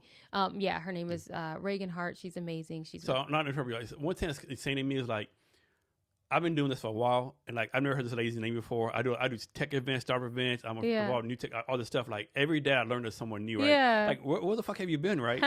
Where you people hide it at? Make yourself more known, right? Well, this is, I think, talking to people who have talked to them, I think is what makes it helpful. But she put some people on my path, and Reagan spent a lot of time with me, like, what are you asking for? And she's put Carta data in front of me, and this is how much you should be paid, and this is how much you want to build your compensation philosophy and all those kinds of things. And that really helped me understand, like, okay, so these are the people that you have. How do you pay them? My team, I mentioned a lot of people, and I think that some people might think, oh, that's too many, but for what I'm building, that's what I need. And yet not all of them are going to be salaried. In fact, only like a couple of us are. And then I had to come up with a compensation philosophy that is different, that allows us to maintain our lean functioning. So I'm compensating with a variety of different sources, but you can't go all equity, because investors are going to be like, oh, if you go more than 3% with advisor equity, that's a red flag. There are a lot of different moving pieces that go into what is it that we need. For Empathium, I know that we need an engineer. We need me at full capacity. And I am unapologetic and also unshy about the fact that I recognize what it means to operate and live as a single mom of two in this high cost of living space. And so, I'm not a 23-year-old Stanford dropout living on ramen with 8 other roommates. I have 2 roommates that are very hungry people. And I don't know if you've met an 8-year-old boy recently, they can eat you out of house and home. I need to be able to focus on what I'm doing and not be worried about whether or not I literally am not doing this work, working 68 hours a week and perpetrating the same kinds of trauma that I've experienced from other workspaces where I have been working, and also unsure of what I'm going to feed my kids. That's not going to happen. So when it comes to my compensation philosophy, that goes along with it. We have to be okay. And then it's just a matter of, like, what are the other expenses, gaming those out. Like, it's expensive for us legally to do what we need to be able to do safely. We got our production costs, and then we have that buffer for what if we aren't able to close the next round? What if it takes twice as long as we think it will? Or what if the economy does something interesting or what have you? And we need to be able to be responsible, because I'd rather not have to ask for bridge funding. So all of that thought process, it took me weeks, months. And I still sometimes I'm just like, is this the right amount? What are we doing? What I know is that the real domain expertise, Jason, is being broke. I did grow up with a social work mom. I do understand what it means to make something shake with very little. We've come a very long way with Empathium on $0 and 0 cents. And I know that we'll be able to do that. I know that we'll be able to do what we need to do, even if it takes us a little bit longer, if we're not able to raise the amount that we want to raise. But that's how I came up with that number. So how do you think you deal with this? And this is my own experience, and other founders I know. You have a great team, but it's like most startup employees around 6-7 months more, they kind of get antsy, like they haven't got paid yet. They have family to take for. So it's like most employees or people are helping you out leave 6-7 months. Mm-hmm. How do you continue to work through that? Like everyone leaves, have people stay, or how do you convince them to stay? I'm on my 3rd iteration of a team. And it wasn't because of anything wrong with the other first batches of people. But I recognized that if it felt like Empathium was like extra or something that they were doing on the side, I'm now able to tell pretty instantly that that's not something that's going to be sustainable for us. So it's a matter of keeping people motivated and being able to say, I'm not doing any deferred compensation, because that's crazy. That would get us into it. But it is to say, what is it that makes this person motivated for continuing to show up? I think it's valuing them and recognizing that you can say, we're pre-capital now. What can I do for you, though? Is it what can I do that feels like a value add for you right now? Is it promotion? Is it mentioning your name? Is it promoting that you're doing this work with me? Is it giving you an opportunity to stretch in an area that you wouldn't be able to stretch in if someone else was going to hire you to do that? Somebody's, a lot of times we don't hire people to stretch or grow or change or evolve or experiment. We hire them to do exactly what we need them to do. And yet I have the ability and the flexibility to say, who are you? And also, who do you want to be and how do you want to grow? And I give people a platform to be able to do that. And because of that, they have a return on their investment in me and in this team. And so it's a matter of grounding people in yes, in the future we'll be able to compensate you as a consultant or on a pro project basis or what have you. But also our superpower is the fact that no one else is telling me what to do. So I do what I want. So you can come here and you can do the thing that is really needed for us. And then also you can explore, and people have found that to be really exciting. That's one thing I'm really proud of. Everyone who's like quote unquote help me out. I was able to get a like really nice job afterwards, right? Yeah, exactly. That's something I'm really proud of. Yeah, right? It's like if you're here for a good time and not a long time, let's get into that. That's okay, because it's okay that that's what you've aligned for getting you to that next milestone too. That non-capital investment that people make in you is also really important, and there's strength in saying this is a short-term engagement. How do we maximize capacity together? So you're on LinkedIn all the time. I have an A team of the best employees. But my thing is, right? I'm not on LinkedIn all the time. Yeah, I have a hate-love relationship with LinkedIn. We'll talk about LinkedIn in a minute. But like, so like, do you really have A people, right? Because you think about it, especially in Seattle, right? If they're really A people, they're working at Amazon, Microsoft, making big bucks, or they're starting their own shit, right? So how do you balance like? So you can't get A players. Of course, we assume you have A players, of course. But if you can't get A players, they say don't get B players, they hire C players. Like, but if you can't get the A players, like you got to get somebody, right? You got to get somebody. Yeah. So early on it was like the Microsoft folks, and I have some people that have been amazing early parts of Empathium's journey. Shrikant Vipter and Safari Yousefi, who were my friends, who also worked at Microsoft, who helped me understand all this stuff in the earliest stages. They could do it because they could afford to do it. My strategy now, though, is I have come to find that there's value in what we call an old head. This is what we call it in the Greek world, right? Somebody who's been through it, who is, like I said, I'm a part of Divine Nine. It's just who I am. So somebody who's been on the yard for a long time. I am finding a lot of value in people who have come to a point in their careers where they're like, I can literally do whatever I want to do. I'm choosing to do this. I'm not desperate. You don't have to pay me right now because I don't need your money. I'm here because I want to be. And it doesn't necessarily mean old in age, but in an experience. I'm finding that people who have had some successful exits or whatever, or successfully been able to kind of navigate the startup space, and they want to come back to you for that non-capital investment. That's like half my team is like people who don't need my money, so it's okay that I don't have any. And also then you get that expertise of somebody who's done it before, and then I think bringing them on in strategic capacities to say, like, if you can only be here for a short amount of time, how can I honor that, and how do I come ready for that? So like my strategic advisor bench is deep and it's dope, because I think we've learned how to work together on their limited amount of time. And then, when I was hiring a co-founder for Equity Only, I did not think that we were going to get 96 applications in 30 hours, but we did. And I was like following up with people like, what Equity Only means, right? You mean like it means that this may not even come to anything. So did you use like Co-Founders Lab platform for this? I use LinkedIn. I tried the YC co-founder match. I tried some other places. Now, MeBoss is a startup here in Seattle. And I came to them, but it was like I came to them and they posted it, but actually I'd already found my person by the time, because I just posted on LinkedIn, not expecting luck, and ended up having some. So, but I'll say that there's not really a shortage of people that are interested in doing some work that means something. I think it's just a matter of understanding, is this something that they're doing on the side and it's going to be the first thing to fall away when they have a priority conflict, or is it something that they're deeply, deeply invested in? And the team that I have now, so let me count real quick. 1, 2, 3, 4, 5. Yeah, we're at 7. I mean, they do small batches of work for us that are meaningful, small but meaningful.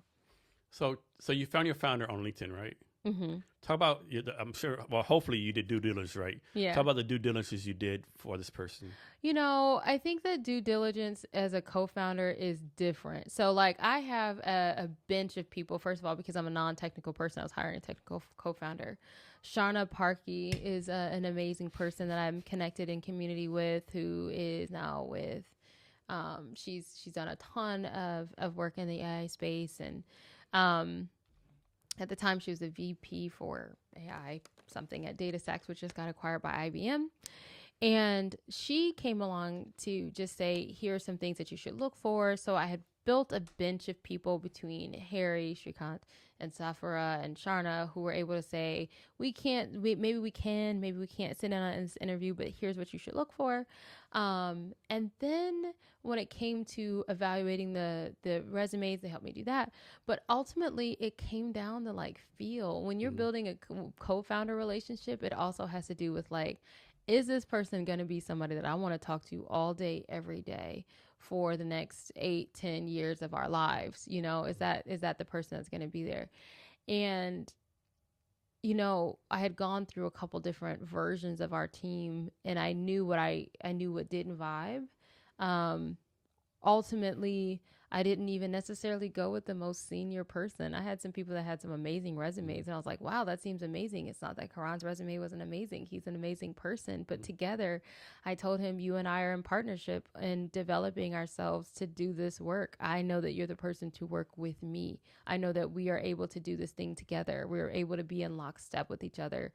And so that diligence had to be both personal and professional. I found that the personal diligence was more important. So like, or was as important. So we spent a week working together. You know, what I loved about him was like, okay, you're making your decision. Cool. But like, what did he say? What's keeping you up at night right now? And how can I help?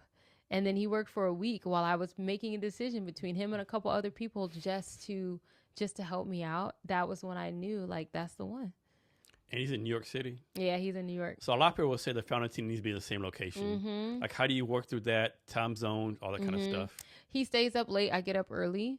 And he's flying in next weekend, and our customer success person that is a customer success advisor is flying in from the Bay next weekend too. Like, we're going to have opportunities to have those in-person touch points. But, you know, technology makes it so that, I mean, I worked for years with the teams that on a national, you know, working on national healthcare policy stuff or national research policy with the National Research Council with the VA. You know, with people that I never met or barely met or, you know, like, and yet we knew a ton about each other and we were able to work very effectively. I think it's a balance.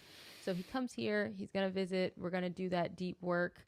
And also, you know, we just navigate our time zones with flexibility. I mean, it's only 3 hours, right? It's not horrible. You know, it's not horrible. It's not horrible unless we're working really late. You know, we pull all-nighters together, but my all-nighter ends at 7 a.m. and his all-nighter ends at 10. Yeah. And I'm like, oh my God. But you know, we're in it to win it. So nice.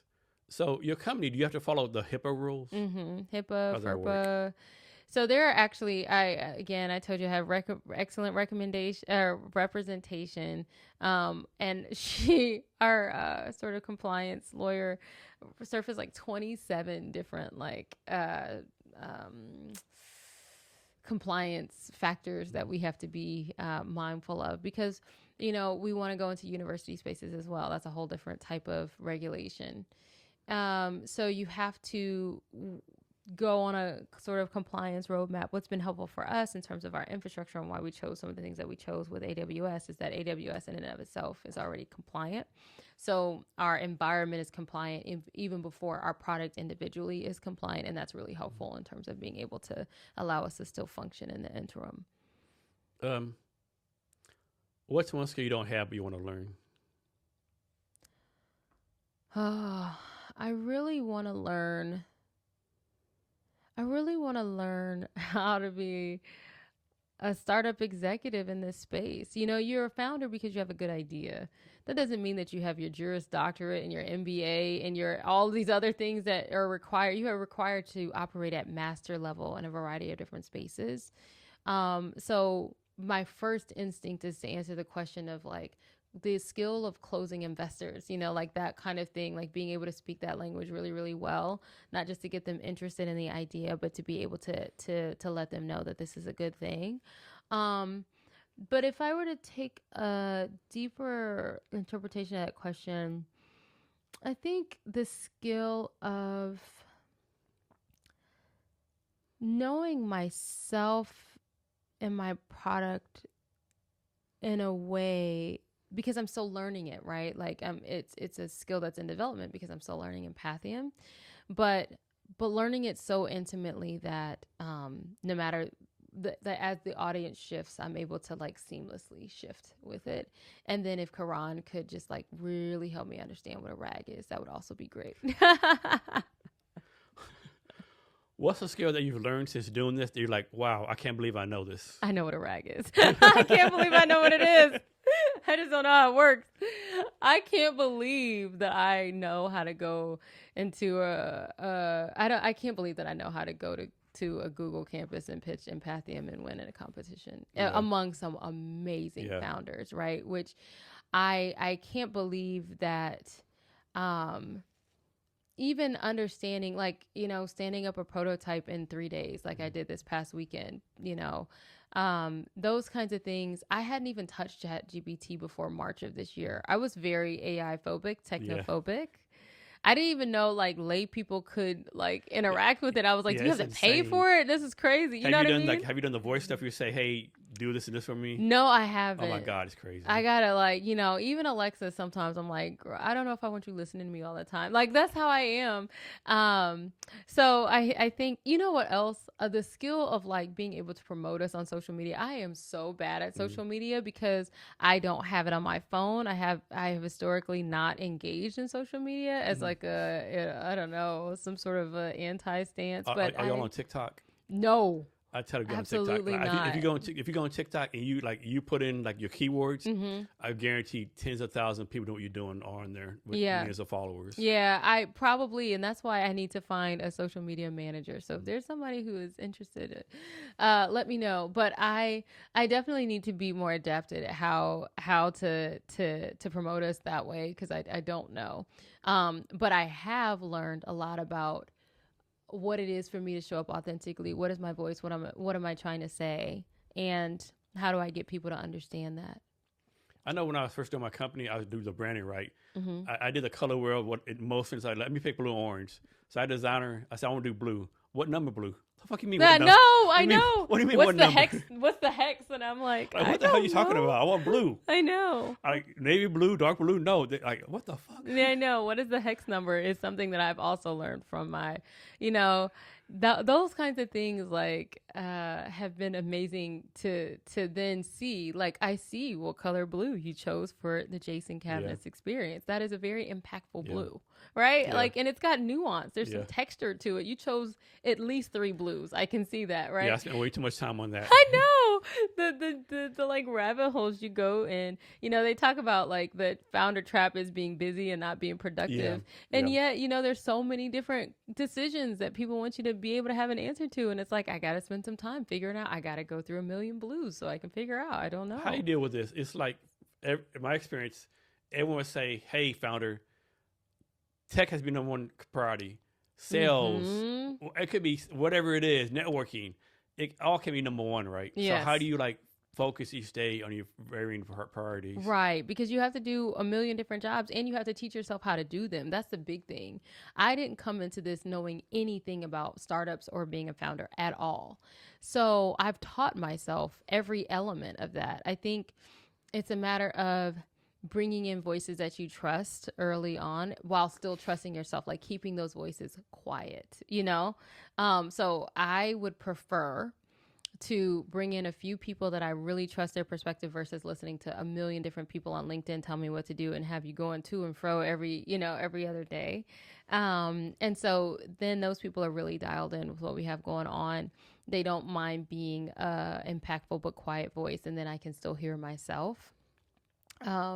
So I try to, you know, they say like, you know, block out your time and it's going to be this thing and it's going to be that thing.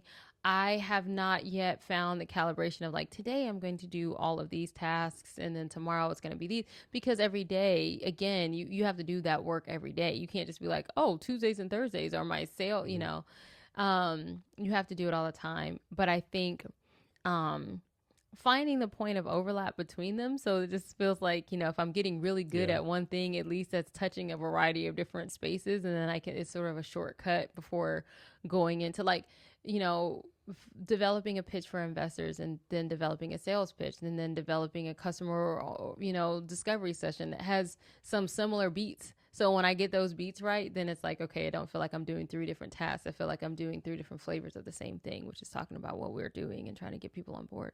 I have a joke. I joke around my signature like Jason Cavness, CEO founder. It should actually be Jason Cavness, CEO, founder, data entry clerk. I know, right? Like I'm doing a whole bunch of stuff. And I'm getting really, really good at, fireflies and really like using the tools around me to help me understand what I'm doing, because you can only do so much. I feel like there are like maybe 1 or 2 days out of the week that I feel like just a founder. Most of the other time I feel like I'm doing a whole bunch of other stuff. That's cool though, because there have been so many different jobs that I've wanted to do that I'm like, we don't have the economy to just try things anymore. We have the economy that says do the thing that you're good at, that you were trained to do, whether you like doing it or not, because you really don't have the ability. Nobody's taking I can't say nobody, but I mean, it's hard enough to get a job doing something that you've been doing for the last 10, 15 years, let alone doing a job where you don't know, it's a pivot or you just want to explore or whatever. So I do like the fact that I get to be a novice at things and just learn things and explore and grow and evolve. So how do you balance like networking and building a product, right? Because you need to network and put your stuff out there. Mm-hmm. But like example, for AI Week, I went to a friend of mine. He works at a place called, I can't remember the name of it, but it's like they did like AI studio movie things. I went there for a couple hours. Oh, cool. Then I went to this Montreal, U.S. startup event. Mm-hmm. So basically, I was out the net for 8 hours. Like, I told my friend Sarah Claus, like, man, I'm so far behind now, right? I know, right? And of course, I made good connections. Some were pretty good, some weren't. But like, how do you balance like putting yourself out there versus like actually working the product? That's a really good question. I'm working with an executive coach. Her name is Lakita Williams, and she's with the Co-Create work. And that's out of Seattle. I think it has a national reach. And one of the things that she helped me do was clarify, like, what is my goal for this quadrant? My goal for this quadrant of the year is actually security. And so she challenged me to say anything that is not moving you forward towards security, don't do it. And that's going to mean saying no to things. So there are a couple different events, even for Seattle AI Week, that I really would have loved to have gone to, but I couldn't necessarily directly link it to being able to kind of help me meet my goal in that way.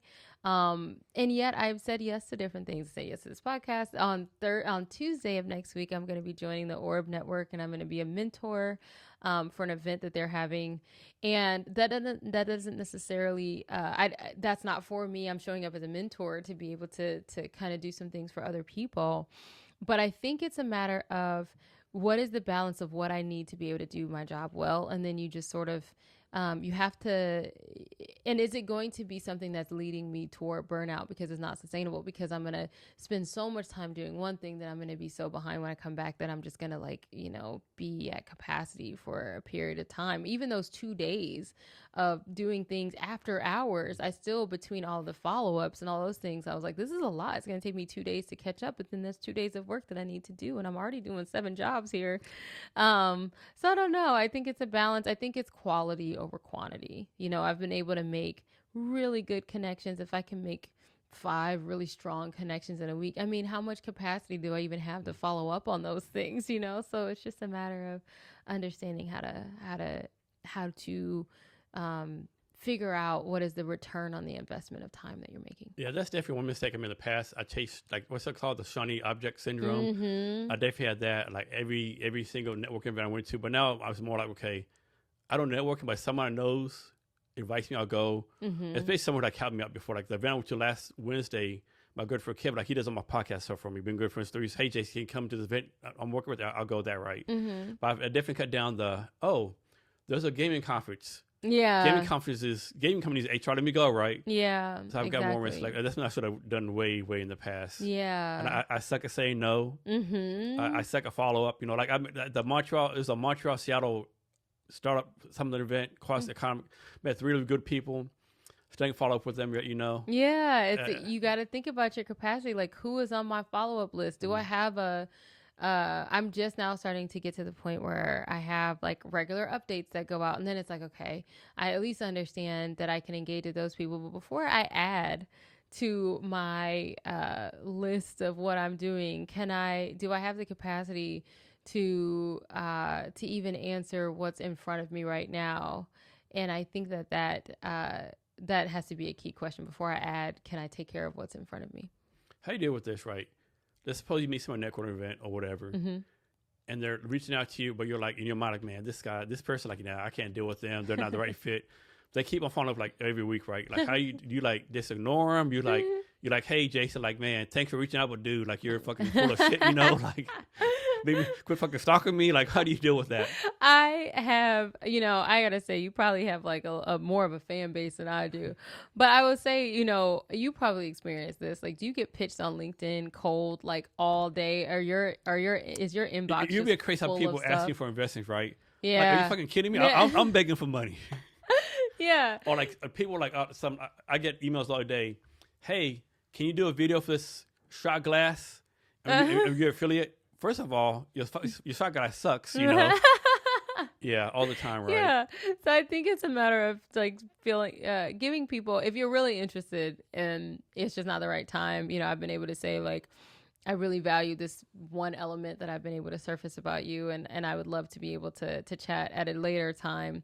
But I've had to just be decisive, like, this is not it. You know what I mean? Please leave me alone. And I think for me, in the space that I'm in, I have people that are like trying to sell me things. And in the beginning, like, so this was like right after I won the pitch, I was like, going from unemployed to founder, which is really just a flip of a switch, is kind of a wild experience when it happens as quickly as it happened with me and for me, because I went from my inbox being completely dry and like begging to have messages from recruiters or what have you, to then it being just inundated. But and at first I felt, but how many emails actually like?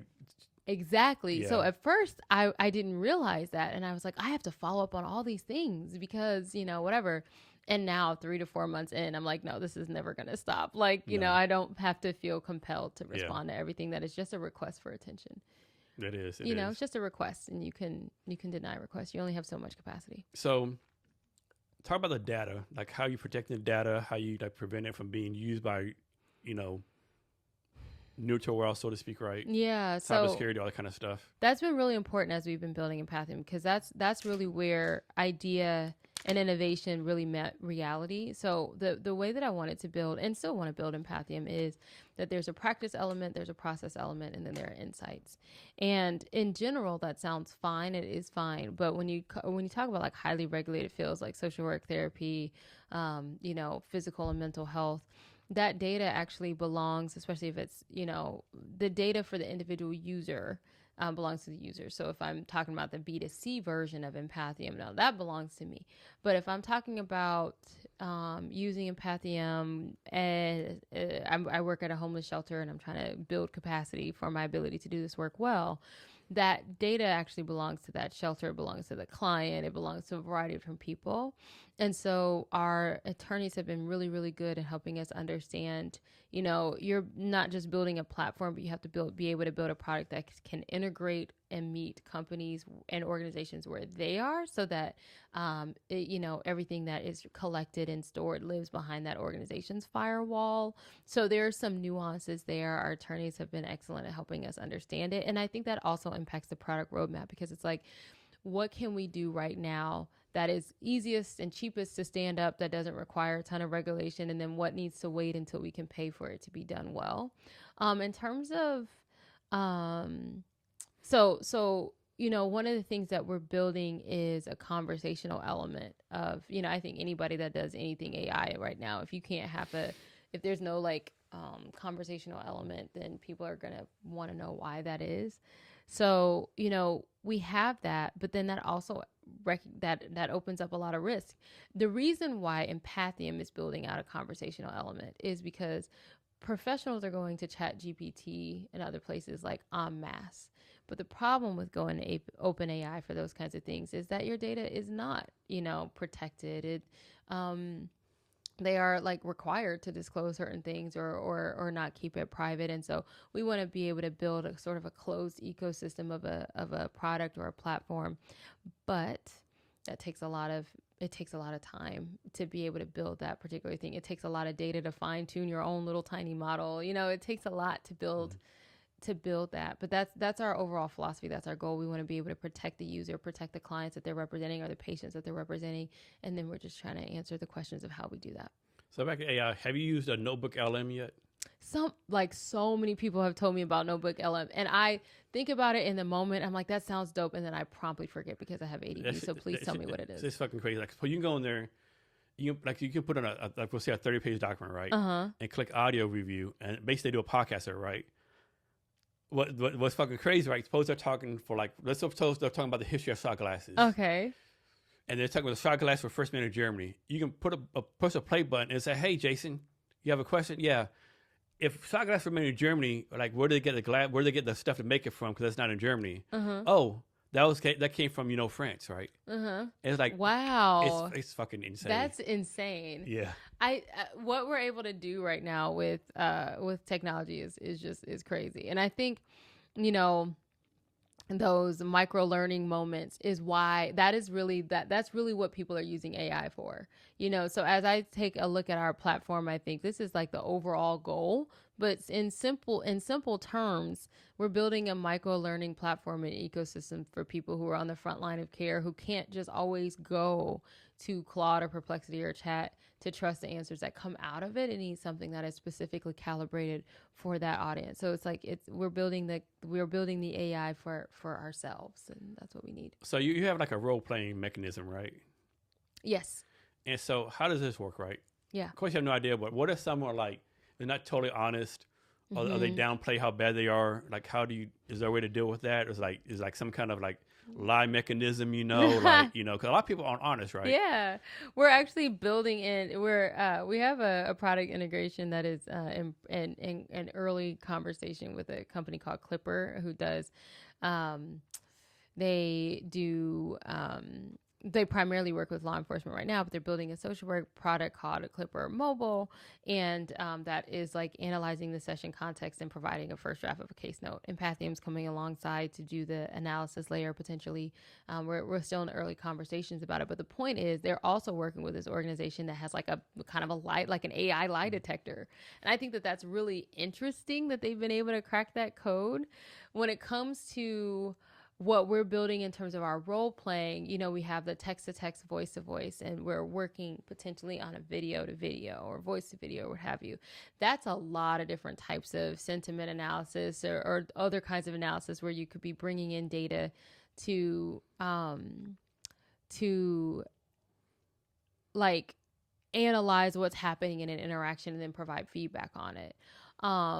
So we are still building some of those nuances of like, what does this honesty look like? What does it mean when somebody shows up and they are defiant, or they're being dishonest, or they're, they might be escalating to a point where it's a dangerous situation? And how do you build that in, and the awareness for that in? That's a really long technical question that we're still trying to find the answers to. So how do you deal with it if the AI or whoever determines, okay, Jason's a danger to himself and others? What happens then? Do you call the police, or is that the HIPAA rules come in? How does that work? So that's been an open conversation for us too, is like, if we're, especially as we were, initially chatting about that live listening component, because the role playing is something that is, if you're role playing with a client and the client is disclosing, obviously that's a fake situation, but we're also there for the user, right? Like, we're building an empathic platform for the user, and it could be that user discloses something, or as we go into the live listening component, that we hear something. I think that comes down to the relationship between the data, the product, and the company. So, if it's living behind the organization's firewall and it's living in that space, and, there's the organization's responsibility for, what gets disclosed. But as a mandated reporter, it's a conversation that we have to have. And especially as OpenAI just released that like 100 million Americans are disclosing, or 100 million users, not Americans, I apologize. I don't think it was just Americans, but are disclosing like thoughts of self-harm and those kinds of things. Those have had to be things that we think about. So in the earliest parts of the product, especially that B2C model, we have something built in where, it flags and then it gives you a response, because that triggers something to say like, hey, here's some resources for you, or let's pause the conversation for just a second and let's unpack that a little bit. Do you need a safety plan? There's a lot of nuance that goes into that, but we don't want to. One thing that I am adamant that we don't do is overreach, because we, not just from a liability standpoint, but just also from an expertise standpoint, we need to recognize what our limits are. And then we need to recognize when there needs to be a human being that's a part of that. It would be really cool if we were able to say, we're gonna call with you right now, right? Like this is gonna auto call someone, and then we're gonna bring someone onto the line, a real person that can really help you with this situation. Before we bring real customers on board, we need to be able to crack the code of that puzzle. So what are your liabilities, and how you can working through like the negate those liabilities? Yeah, so I mean, I think we're still unpacking what our liabilities are, and it really depends on what version of the product companies are going to be buying. If it's on our platform, then that's one set of liabilities. If it's living behind someone else's, I believe that's another set of different. There are different things that we're responsible for and different things that we're not. So it's still a picture that we're trying to paint, and I'm working with really strong people who can help me paint it, because I don't know the answer to that question a lot of times. So let's suppose I go to your platform, right? I go there, do everything. Who like sees my stuff? Who has access to my stuff? And do you tell me who has access to it? Yeah. So like I told you, I threw together a B2C prototype last weekend, right? And now I have it with our attorneys to be able to say, like, what are the terms of use, and what does that mean? A lot of times we just scroll through that and we just accept because we want to do that thing, whatever that platform is or what have you. But every word of that has to be, meticulously mined for, what is the reality of what you're doing in that space. So for Empathium right now, or for Tend, which is what I'm calling our B2C option, it would just be, our back end just sort of, the data just sort of lives there. It's anonymized data.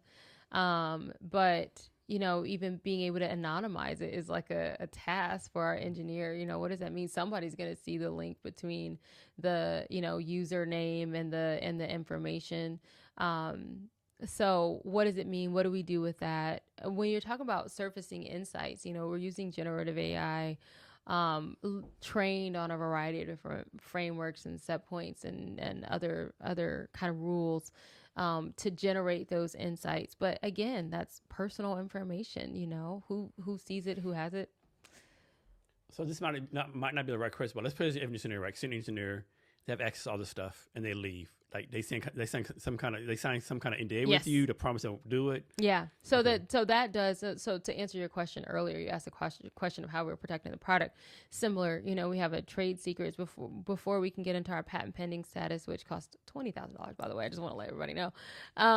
So before we can do that, there's definitely a way that you can still protect your trade secrets, and a part of that is making sure that everything lives on repositories that belong to the company. So even with me, even as the founder, everyone there follows the same rules. Everything lives in a central place, a centralized place that doesn't belong to any particular person.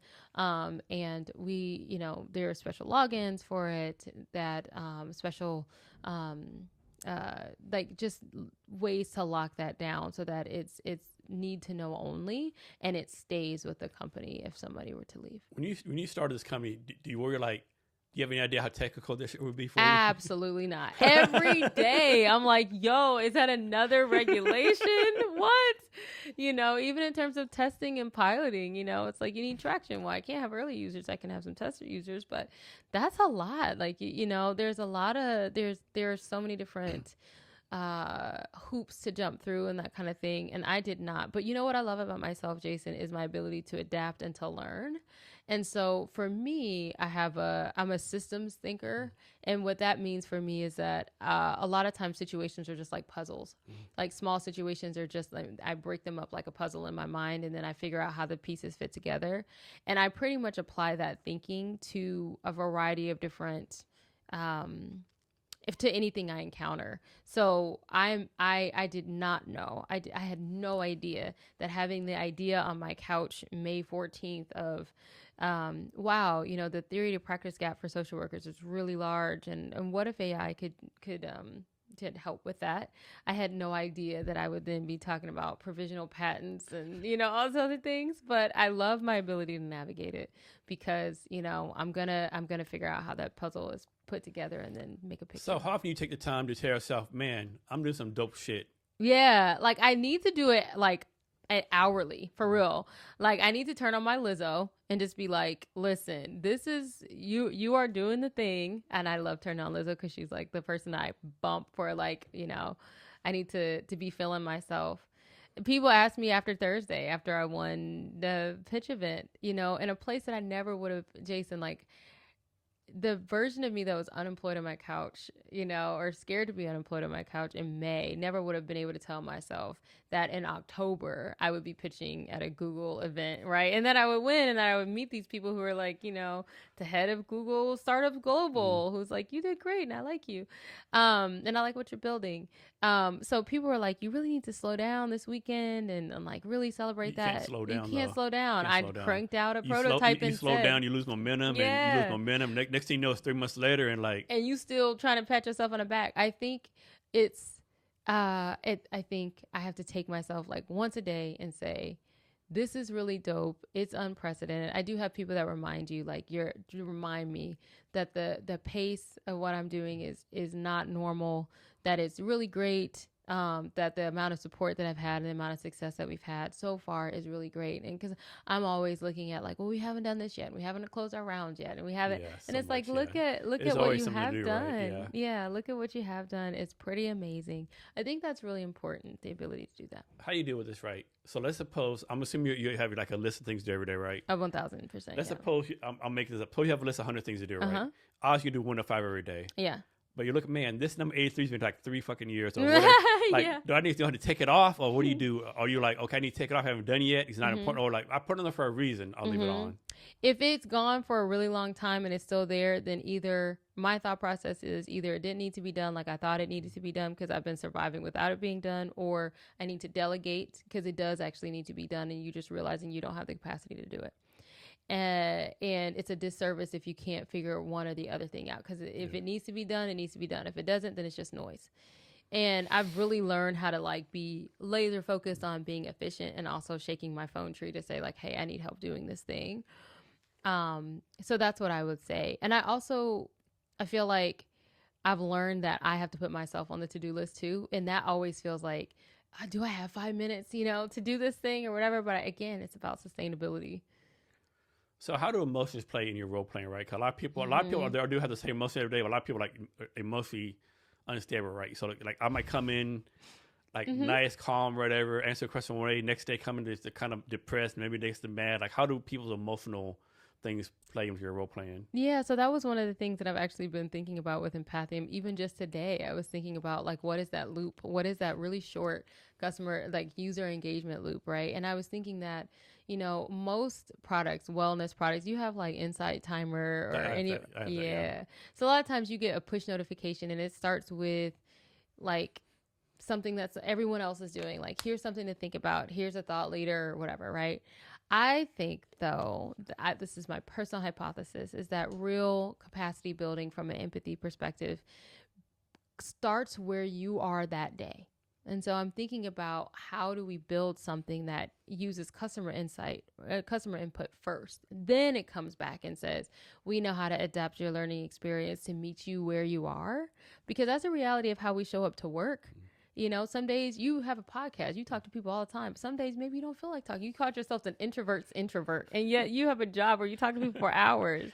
It's fucking crazy, right? Yeah, it's crazy. So it's like, some days you may not be feeling it or whatever. And I think that that's the reality of how we show up as people. So in terms of the role playing, we are getting smart. It gets smarter every time somebody uses it. So I encourage you to use it. I'm actually going to give you a little login to our B2C, right? Because the thing that I was thinking about with Empathium is we definitely have a compelling B2B play in terms of healthcare. It really is true that our providers are not provided with the skill set to meet us where we are, and it has active implications for how we receive healthcare and how we move through the healthcare process.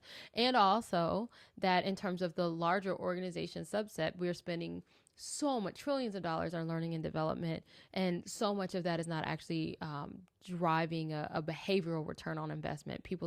You're spending a lot of time and a lot of money to train people on what to do, but the reality is they do that thing with other people, and if you're not teaching them if you're not monitoring or feeding that connective tissue, then it's not necessarily going to work. So there is I have not left that B2B behind. And simultaneously, every time somebody comes to me to talk to me about Empathium, very rarely is it, I can't wait till my job gets it. Most of the time, it's like, I'm trying to get that today. Like, is it an app? Is it live? Is it on the App Store? I'm trying to have a conversation with my ex and I need some help, whatever. And so that's how Tend is being, that's where that came from. And so in terms of navigating the emotions of that, every time somebody uses it, it's going to get smarter at meeting where you are and calibrating your experience accordingly. So hopefully it's the right question, but who's like the perfect user and who's a perfect like paying customer? Or those, it's the same thing, two different things. Yeah. So in terms of, up until this last week, we've been thinking about Empathium strictly from that business to business perspective. And so the ideal user is somebody who is on the front lines of care. What has come to me is that anyone who interacts with humanity is on the front lines of care. You're talking about customer service people. You're talking about people who are, anybody that's navigating human beings. And the stakes of that can be really high. It's not just physicians or nurses or social workers. So I would say the ideal user of Empathium of Empathium as a whole is anybody who's navigating professional care with human beings, where they have to recognize that, whether that human being is like, a client or a customer or even your team. The ideal buyer is someone who is in charge of the training budget for their company or organization or healthcare system, that recognizes that if you're just training for compliance, you're missing the mark, because the reality of work is where compliance meets connection. In terms of the ideal user for Tend right now, after we get our legal ducks in a row, that's going to be literally for anyone. And that feels really good to me, because when I stood on that stage and I had the opportunity to talk to them after I won, the thing that came up for me to say was just that I really do believe that technology can be a bridge between people. And if that's going to be the case, and we're going to get stronger and better at navigating human connection together, I really have to be able to make something that can go out to more people than just a small subset. So the ideal customer for Tend is anybody that's interested in knowing more about themselves and how that allows them to relate to other people. And the cool thing about Tend is that there's a sharing aspect. So you build your own profile, but then you can connect with other people, and then it's going to drive insights as I use it. So I'm going to connect with you. I'm actually going to connect with you. I'm going to build a thread with you, right? And what's going to happen is you use Tend and I use Tend, then it's going to know more about us. It's going to drive some insight. So then when I go to our thread together, I'm going to know, like, what is it about Andrea and Jason that's really important? What is it about communication that's really important to Jason? And how is that different than what I expected or what I've known about him already? And how do we strengthen our communication and our relationship together? And understanding how to navigate those micro moments is what's going to make us a lot stronger at developing a larger platform or product. Yeah. So how do you do this, right? How for this question? Actually, I just got brain lock. Sorry. That's all right. We're going to talk about this. Let's talk about role play. How does a role play work? Yeah. So right now, we have scenario. So for the professional kind of suite, we have a scenario library where you can go in and choose a different scenario. So say you want to do crisis de-escalation and you want to practice that. You can choose your persona, and then that persona is built a certain way, and then it will help you navigate learning the skill of navigating crisis de-escalation with a client that has a very specific personality.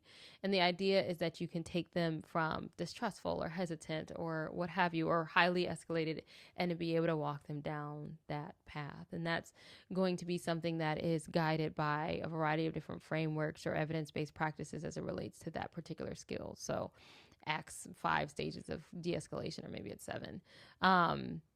If you can move through those things successfully, then that's how that role play goes. And then the client will respond to you as you go through those stages. If you're able to implement those ideas appropriately, right? When it comes to Tend, it's a little bit different.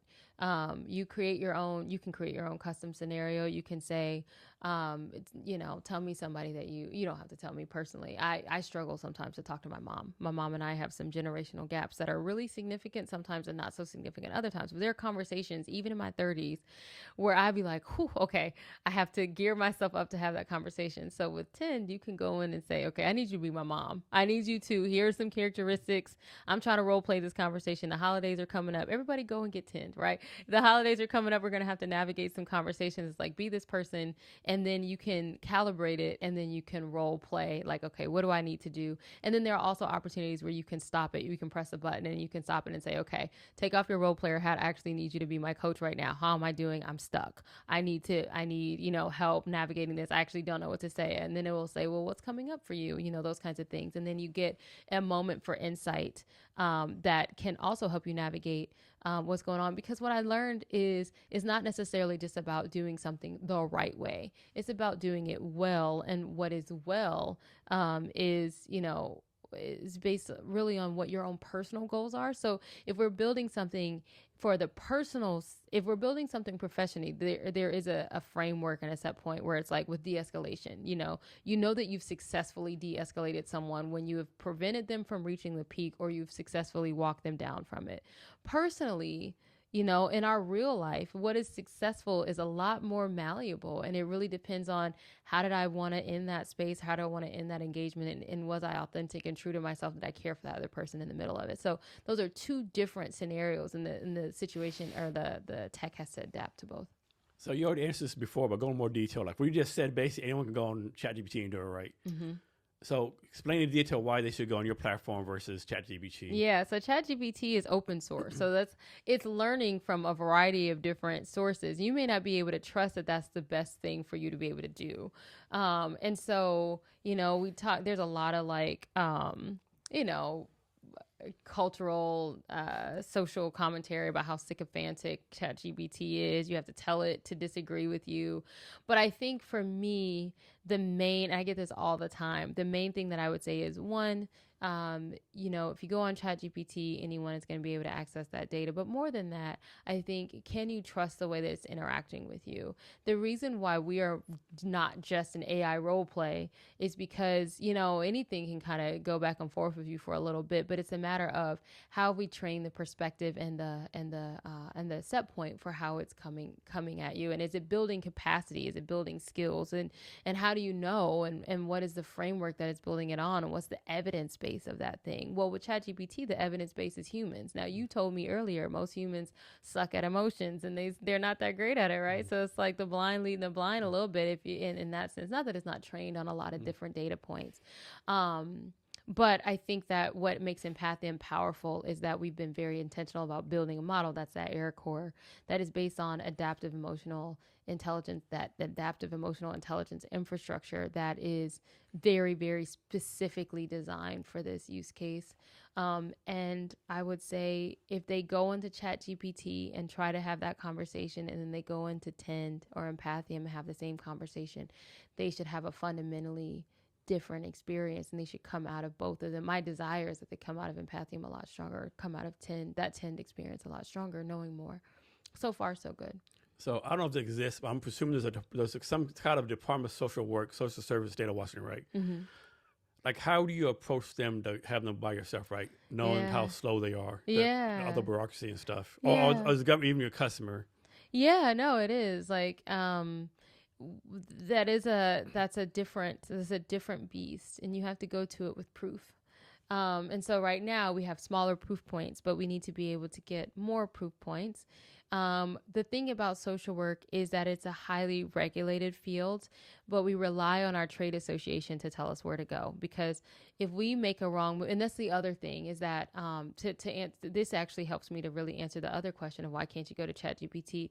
No trade association that is highly regulated is going to endorse, yes, ChatGPT is like where you should go to learn how to care for yourself and your clients type of thing. If we can build Empathium to be a trusted solution that is endorsed by our trade associations, by our accreditation bodies, by our continuing education platforms and those kinds of things. And we can embed what is the evidence base along with, here are the things that we provide, and then be able to join forces in that way. Then we become sort of the standard for how we move professionally, and that's going to be the difference. And so we come to it and say, I think that we come to that conversation and say, here are the users that we've had that fit this exact category of the people that you are supporting, and this is what they've been able to get from it. But we haven't just stopped there in terms of trade associations. We also want to go to people who liability insurance companies. I've been looking at the data on the primary or top causes for liability insurance claims for social workers and physicians and nurses, and you would be surprised at the strong the amount of people and cases that are around miscommunication and the consequences of that, or and then diving deeper into like, what does miscommunication mean? A lot of times it's the provider not necessarily meeting the client where they are. So then what are the consequences of that? So being able to say, it's a tool, we've built it, people trust it, and also if you want to reduce liability claims and you want to have a tool that actually helps you do that, we can do that better than other people or better than anyone else. So that's what, that's the plan, is to be able to go to these trusted foundations of our field, these trusted elements. And then if we can be trusted by them, then more people of the field will be able to adopt it. And especially if you're going to a state agency or something like that, those are the kinds of things that they would require. So you have like advisors or a board of advisors? Mm-hmm, I do. I have clinical content advisors. Maddie Day is our clinical content advisor. She's a fantastic social worker. She has national reach, national, relationships with people. And she's been able to get me linked with people, from a variety of different states, so that as we're building it, we're also not building it in a silo. We're not building it with one regional voice. And that's been really helpful. I have a strategic academic partnership advisor, and Dr. Sarah Twill out of Wright State in Ohio. She's been fantastic. I have an AI ethicist, Lindsay Jarrett. So those advisors, I mentioned Cameron Carter earlier, those advisors, Adam Erickson, Liz Erickson, they have been fantastic for me because they have been able to help me just really, again, create a multifaceted view around the vision. So you have these great advisors. What's your advice for picking advisors, right? Because I think a lot of people, like, they want to be a startup advisor because it's more of an ego thing versus helping the startup, right? Mm-hmm. So how did you go about picking your advisors? For your advice to people, like, pick advisors to make sure they're actually helping you out versus like doing an ego burst or just for equity? Yep. I have definitely had people where I've thought this is more hands off than we need it to be at this time. Because I am pre-capital and pre-revenue, everyone is wearing multiple hats. I have had an advisor that has been our first investor, and I have advisors that are actually meeting with people, and helping with some on the ground stuff for us, or at least helping drive those meetings, right? Or helping represent us. And at this point, my criteria have been, what is the return on the investment? Are you asking for anything from me? My best advisors work with me for months before, like even before I was a Delaware C Corp, and we're able to say, like, I don't want anything from you, nor can you give me anything. I'm here anyway, and I'm locked in. So what are we doing and what do you need? When the people showed up that way before there was anything to give, it made more sense for me to be able to allot some things because I knew that they were in it for the long haul. So people who are really able to have a comprehensive view of what we're doing and can help me understand my own deficits and then can help me fill those gaps while still keeping me, but still recognizing that we're founder led. That's been the best alignment for me so far. And then just choosing, like, what do you need represented? Because you have so many things that you're doing as an organization, but how do you know you need an advisor for that thing? That's also been. Yeah. So talk about, did you do any custom discovery? Oh, yeah. Yeah. Like the next day after I had the idea, I had the idea May 14th, May 15th. I was also already talking to some of my the earliest people that I talked to were engineers to say, is this possible? I sort of I still have like our car is going to be flying in 2025 view of like AI and what it's doing. What are the barriers and what are the traps and what is possible? And then I heard this is what's possible. And then I went immediately out to my friends and then friends of friends in the field, and it's never stopped. I think what has changed is just that I'm talking to more customers of more types, and every single one that I talk to has a different use case. The challenge there is figuring out where you go first. So I definitely think you're solving a big problem, right? Mm-hmm. But my criticism of tech is like, are we really solving big problems? Like, do we really need another dating app? Yeah. Do we either really need another e-bike app, you know? Yeah. Do we really need like this little model Airbnb or whatever? Yeah. Why do you think tech really doesn't solve big problems anymore? I think my cynical view is that people want to be seen solving big problems, you know? So I think there is that. But I think what is a problem and how big is it is also a thing. You know, there are very big problems that are wide scale that are unsexy and unsexy industries that no one would ever see. And those are also, those end up being, you know, the unicorns or what have you too, because somebody's solving a widespread problem or challenge without it necessarily being, you know, public like that. For me personally, I would not be doing this if it didn't feel like it was going to have an actual impact on people and human beings. The cost of AI on our society and on our economy, on our ecology is so high that if it didn't feel like it was a true value add, I personally wouldn't be involved in this particular thing. And the people that have come alongside me with Empathium and have been able to invest in themselves. I mean, I probably have, you talking about quantifying hours of work. You know, I have people that are very expensive and I know I couldn't afford them if I could pay them, and yet they've come alongside us. They're here because of the mission. They're not here necessarily because of anything else, and they wouldn't be here if our mission wasn't the same. So I think it has to solve big problems for some people. Otherwise, they probably wouldn't be engaged in that solution. You know what I mean? So I'm guessing Empathium is just a play on the word empathy? Yes. Okay. Mm-hmm. And play on the word empathy, even though empathy is just one part of the root of the thing. But empathy to me is the one word that I think speaks to that connection much more than anything else, because empathy is a two-way street. It both requires introspection as well as connection. Empathy means I can connect something that I have experienced with what you're experienced. So then that's more than just me coming to you and saying, I think about you, I hear you. It is, I also hear myself, and here is a tether between us. And so that feels really important as a foundation for everything that we build on top of it. So next, define AI-powered emotional intelligence. AI-powered emotional intelligence, AI-powered emotional intelligence platform. So, you know, you cannot teach, you know, we talk about artificial intelligence. It's not actually smart. It is based on what you bring to it, you know. And isn't that the scary part, right? Like who's the fucking people coding this, right? Exactly. Are they some dumbasses or are they racist or, or who are these people, right? Are they actually following the script? Oh, 2 + 2 actually equals 6. Have you ever asked? No, some of the things that I've asked ChatGPT, it'll be like, I saw some post and it was like, how many R's are there in the word strawberry? And it was like, there are 4 R's in the word strawberry. Like, you know, when you ask it to quantify stuff, you realize like that's crazy. One time I put some bullshit in there. Yeah. Jason, this is the greatest plan ever. I know, right? Like, I know.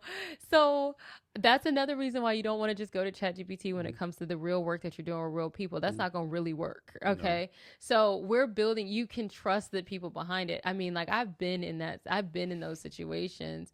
So when it comes to artificial, emotional, and relational intelligence, you need people training the model that are actually emotionally and relationally intelligent, or at least have an understanding of what that means. And who are the thought leaders in that space? You know, Gottman, for instance, and Gottman's framework of, relationships and those kinds of things, that's a thought leader in the space. Right. And so like, what are the how do you break down the components of what it means to be able to navigate relationships well, successfully? I've even had someone ask me, after the panel on Friday, he was like, well, narcissists and psychopaths can fake at emotionally, they are emotionally intelligent. And I said, right, but they're not empathetic. They're not. right? And so then relational intelligence, you might be really smart at gaming the system, but like being able to actually be inside of a system with someone else is very different. So this 3-part relationship between like between emotional and relational and emotional intelligence, relational intelligence, and empathy for us has been a bit of a checks and balances, right? Because you can fake maybe at one thing, but you can't fake it at all of those things, at the same time. So for instance, like, I can pretend to be really good at understanding someone's feelings or their thoughts or something like that. But there's some part of, and I know this just clinically, when you talk about like the actual definition of narcissism or narcissistic personality disorder, or, what it means to be like to have sociopathy, right? Like a lot of that, you look at it and it's like, that's like a very charismatic person. And also, they're killing people. So like they're not really that great at relationships. And we can talk about that from like there's just a way that you can build in a system of checks and balances to make sure that people are actually learning. Yeah, I have a really good friend back in Texas, right? She's very well driven, very successful, but no empathy at all. Like she's like, how come they can't do that? I can do it. Yeah. Well, you did this in this. I don't understand. Like how this person can't do that. Well, they don't have a different background. Yeah. I figured out. Like, what the fuck? Yeah. Like, and what are you talking about? Are they lazy? What's the deal, right? Yeah. There's a lot of different perspectives there. And then I think, you have to bring neurodivergence or non-typical folks into the conversation. And honestly, so many more. I even shy away from typical and normative as words because, again, I personally think that there's not anything that's really that normative. And yet I don't mean to diminish people who also have an experience of something that is where they're differently abled or they think differently or what have you, right? Like I have ADHD, but I think probably most people, many, many more people than we know do, especially adults, especially of my generation, right? And so like we don't think about the world in the same way. And because of that, that does impact the way that we interact with other people. So they're going to have a different experience of that thing. What does it mean to connect with other people? You don't necessarily have to be empathic. In fact, sometimes you have to walk people back from empathy because if you over-identify with people, that can also lead to burnout, So it's not necessarily like being empathetic or empathic is the be-all, end-all, but it's a matter of, do I understand myself and do I understand well enough about someone else to be able to validate that experience is real? And then where do I go from there? Can someone be too empathetic? Yeah. When you think about, well, I mentioned narcissism, but, narcissists really thrive in relationship with empaths, as they call them, right? And at one point, I don't know if you remember, Elephant Journal is a publication that was like, when I was on Facebook, it was like, everything was about like, empaths and non-empaths, right? Narcissists. But truly, clinically, those relationships thrive in their toxicity because narcissists are able to find people that are going to center their experience. And narcissism, not in the Icarus sense of like, I just love my own reflection, but there's a clinical basis there, not to go too deep into the therapeutic space, but there is. And so then there's also a clinical basis for people who are overly empathetic. I can be an overly empathetic person to the point of forgetting who I am in relationship, at least historically. And that hasn't bode very well for me. I think sometimes if you over-identify with your client base, then you're unable to strike enough of a balance to be sustainable and to do the work sustainably. So, empathy is a skill. It is something that you can calibrate in terms of what about myself do I need to bring to this moment, to this work, to where it's, it's functioning the way that it needs to without it being something that prevents me from functioning professionally or doing what I need to do. So put on your educator hat for fast, right? Okay. Next, I want to talk about AI and education, right? I'm gonna give my opinion first, right? I know a lot of people say AI shouldn't be in education, but my thing is like, way back in the day, calculators came out. The teacher said, you never have a calculator everywhere with us right now. Mm-hmm. And like, I have a friend in Texas, their kid's school allows no AI at all, right? Mm-hmm. I just think AI is a learning tool, right? I think it has to be in the school. Like, I just think if you don't have AI in the school, you don't teach kids AI, it's going to put a disadvantage. Like, every kid is going on ChatGPT, whatever, do my research paper, whatever, right? I think you take that as a teacher. Okay, I know you did AI, but now let's refine it in the classroom, right? Yes. There are some universities that are taking the opposite approach and are installing AI officers in their sort of like, basically the academic version of a C-suite, right? And being able to say, how do we use this well? I will say from a both sides argument, do you remember when the squiggly lines on Microsoft Word first came out, right? Like before then you were on your own. You had to spell something right. We had to have our dictionaries out. I'm worse at spelling. I'm not going to lie, because I know that something is going to correct it. Grammar, yeah. Yeah, because we have Grammarly and we have all these other things. Now, we're able to produce something that, as it is being consumed, is more perfect. And yet, as individual people, our skills are atrophying a bit. And I think it has to be a conversation, not just not one thing or another thing. Like, is it something that is truly allowing us to thrive and to grow? And it doesn't always have to. Some things are just, automation. Like maybe we automate this thing because it's helpful, and then we have more time to do something that matters, right? Like, I wouldn't say, for instance, you're bad at spelling, but turn spell check off on principle. And I think that that's a part of what that AI ban sometimes has the effect of doing. It's like, there's a tool, but don't use it. Well, we're using all kinds of tools, and we've been using smart tools that are smarter than we are, getting smart. I mean, you want to bring back the typewriter? I know. When I took statistics in college, I had a professor that taught us everything about statistics by hand. It wasn't until finals week, I'm not kidding, where we found out that the calculator could have done 100% of everything that we had done in that semester. And her perspective was, I wanted to teach you the actual skill and not the automation. And I appreciated that so much. And yet I have forgotten every single thing about that class. And I also don't know how to use the calculator. The calculator would have been the thing that I remembered, because it's the thing that I kept. And if I had been able to learn how to use it, at least in tandem, like even if it was like, she's had a two-pronged approach. Then I would have been able to have both the deep understanding, and I would have been able to use the thing that helped to scale what I was doing. And I think AI and technology allows us to scale. But I think that if we don't remember that it's important that we have the skill, then we're going to lose our individual voice. And I'm not just talking about, what it means to do that research paper. And I think with social work, because I am a social work educator, that's really dangerous, because a lot of what we're asking to do is not be perfect. In fact, it's to be messy and imperfect here in the classroom. That's why having Empathium as a space where you can practice is really important to me, because you need a space where you can show up the messy way, the real way that you're going to be in your office, whether your teacher is there or not. Like, at some point, people are going to fall away and you're going to have to do that work. And if you haven't interrogated yourself in advance, then the clients are going to be the people, or your coworkers are going to be the people that you're trying that out with for the first time. That's where it becomes a problem, when it's thinking for you, because the goal isn't perfection, it's a process. And if we lose the process for the sake of perfection, then that is a problem. So, ChatGPT, they say I could tell you writing AI because I see the dash lines. Yeah. That's how I actually write. And I know that's how I write too. So now I have to go through and make it like the short line. So like, do I delete this? I overuse semicolons, because I'm like, I what other punctuation can I use to bring this cadence? And one thing that kind of killed you out these people on LinkedIn, I see your AI, I don't like it. Like, so what who cares, right? Like, is your life, is that part of you look through LinkedIn or social media, like, oh, that's AI, you're a bad person? I just don't get that. We can't have a society that is investing hundreds of billions of dollars in AI products and shaming people for using AI products. It's crazy to me. That part is crazy to me.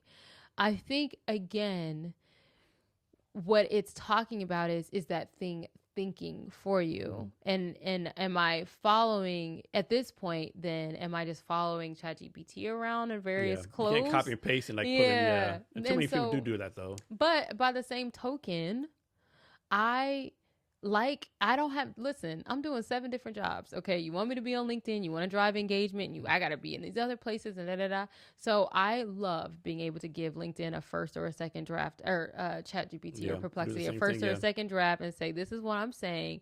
Help me clean up the sentence structure. Right. And then there are times where I choose specifically to show up as my messy, long-winded self. And then there are other times where I think, I can say this best, but as a millennial who didn't get my first cell phone until I was 16 or 17. Like, I think that we personally, I think we had the best generation, right? Because we got to have a childhood that was pretty much technology free. And then we also got to learn those skills as young adults. And I have critical thinking as a skill that I have developed. So I'm able to look at ChatGPT's output and say, nope, that's not what I meant to say. You overcorrected. I know what I want. But critical thinking is something that is being lost. And I personally, as a social work educator, that was the one skill that I found the absolute hardest to be able to teach, because if you don't have it before you come to me, I really don't know what to do with you as a graduate school, as a graduate professor.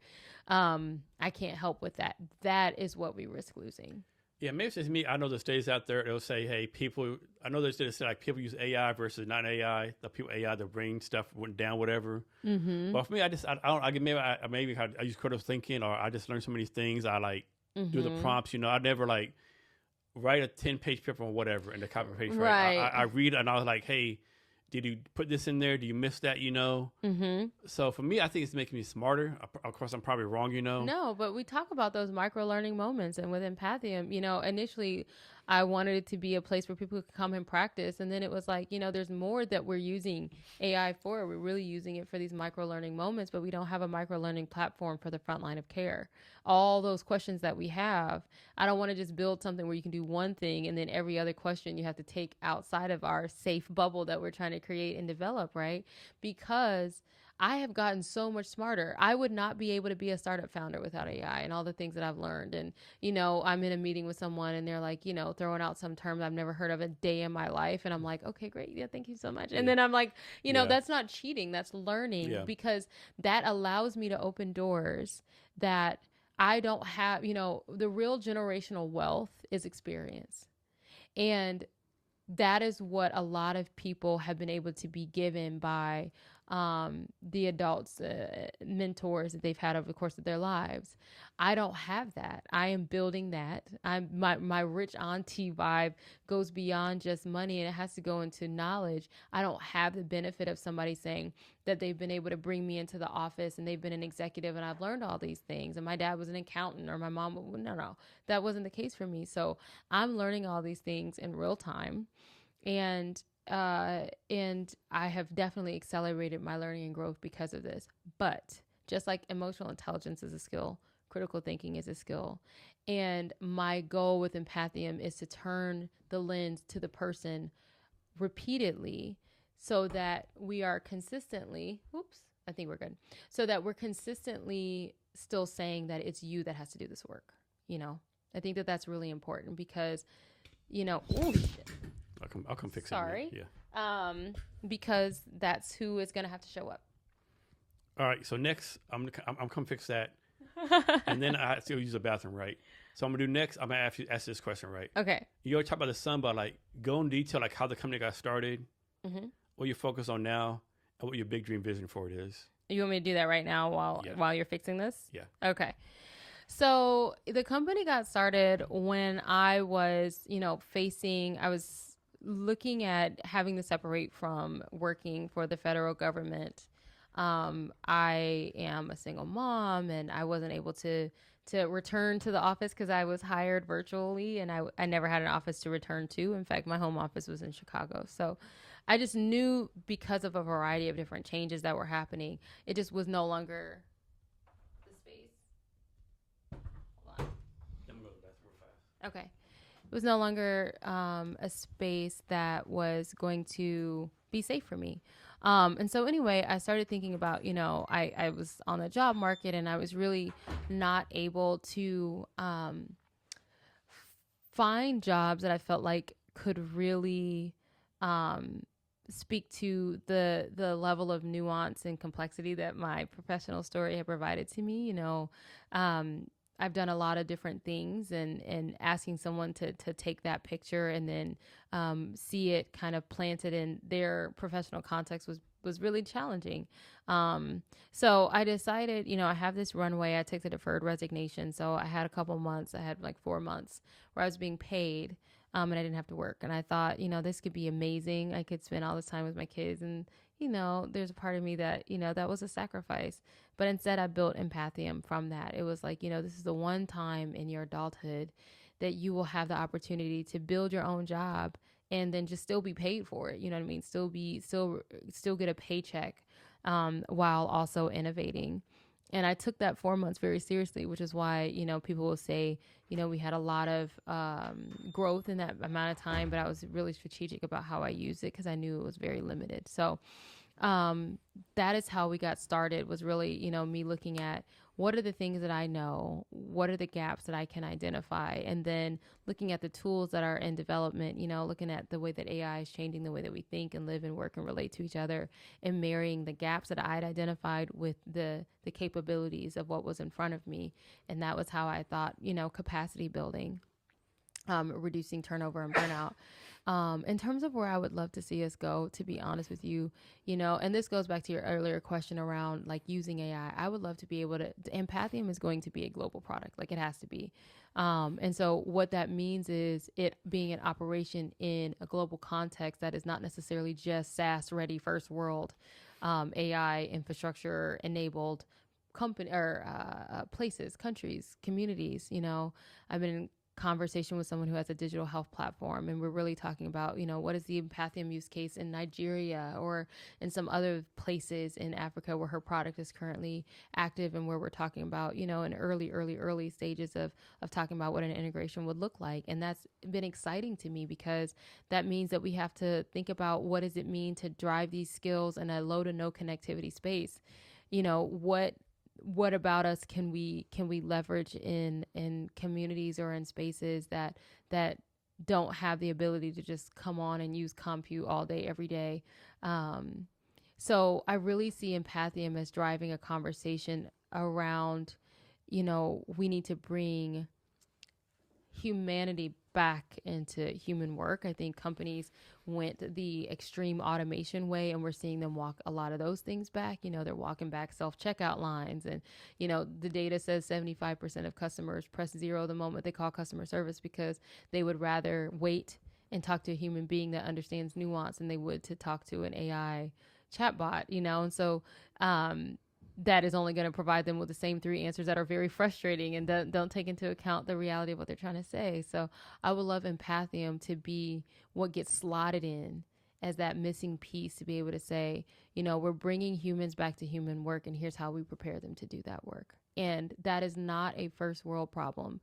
That is that exists globally, and I would love to see Empathium adapt to a global context and be able to be used accordingly. So how do you deal with like different cultures, different things? Like example, I've been in Vietnam 3 times. Vietnam, like there's no pressure, right? There's none of that stuff. It's like work hard, do hard. Like, so how do you deal with different cultures, different backgrounds, different nationalities? Yeah, so that's been really interesting, and I have been having conversations around that. Like, I'm going to join another podcast experience called the Chrysalis, and it's cool because my partner in this is going to be a Ghanaian woman that I've never met, but I've been talking about wanting to build my understanding of what Empathium could be on a global scale, and that means being in conversation with different people from different cultures. And not that the culture itself is a monolith or that one person can represent it, but I think before you intervene, you assess. So this is a social work. I'm going to turn you into a social work for a second. So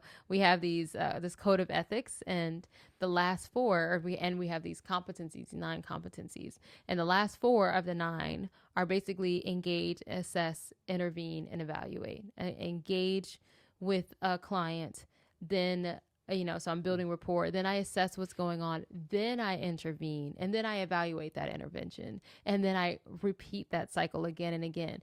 A lot of people start building a product. This is why being a social worker let me skip the line and learning some things, but they start building something that they haven't necessarily evaluated or assessed, like who am I building it for?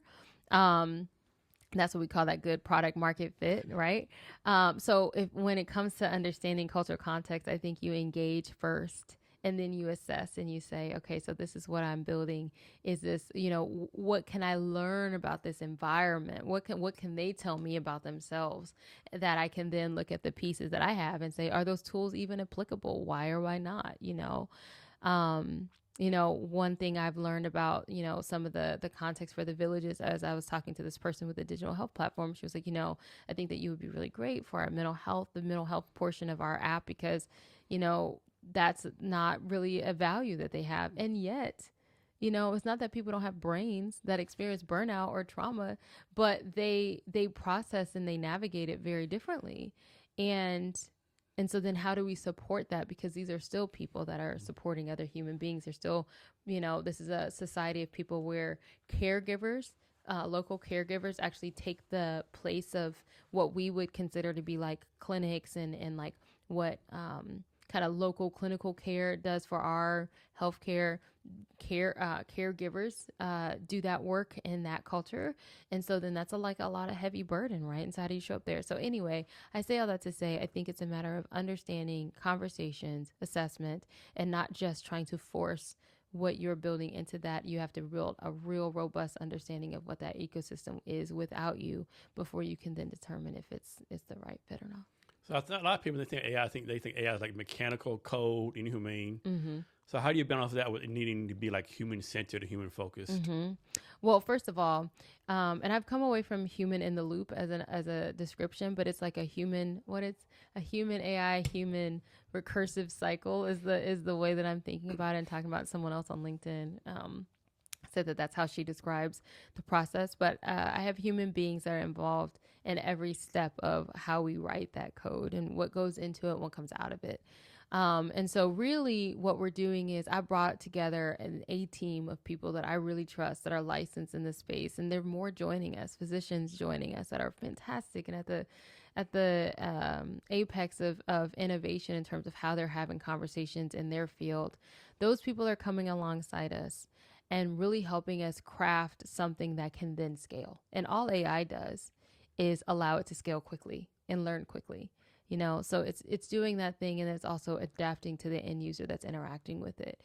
And then when it comes to the outputs that come out of it, we're also monitoring. That same group of people that I trust is also heavily monitoring those outputs to make sure that they can be trusted. That's really what it is, because otherwise it's sort of just ones and zeros in the end. You have to be able to put that puzzle together well.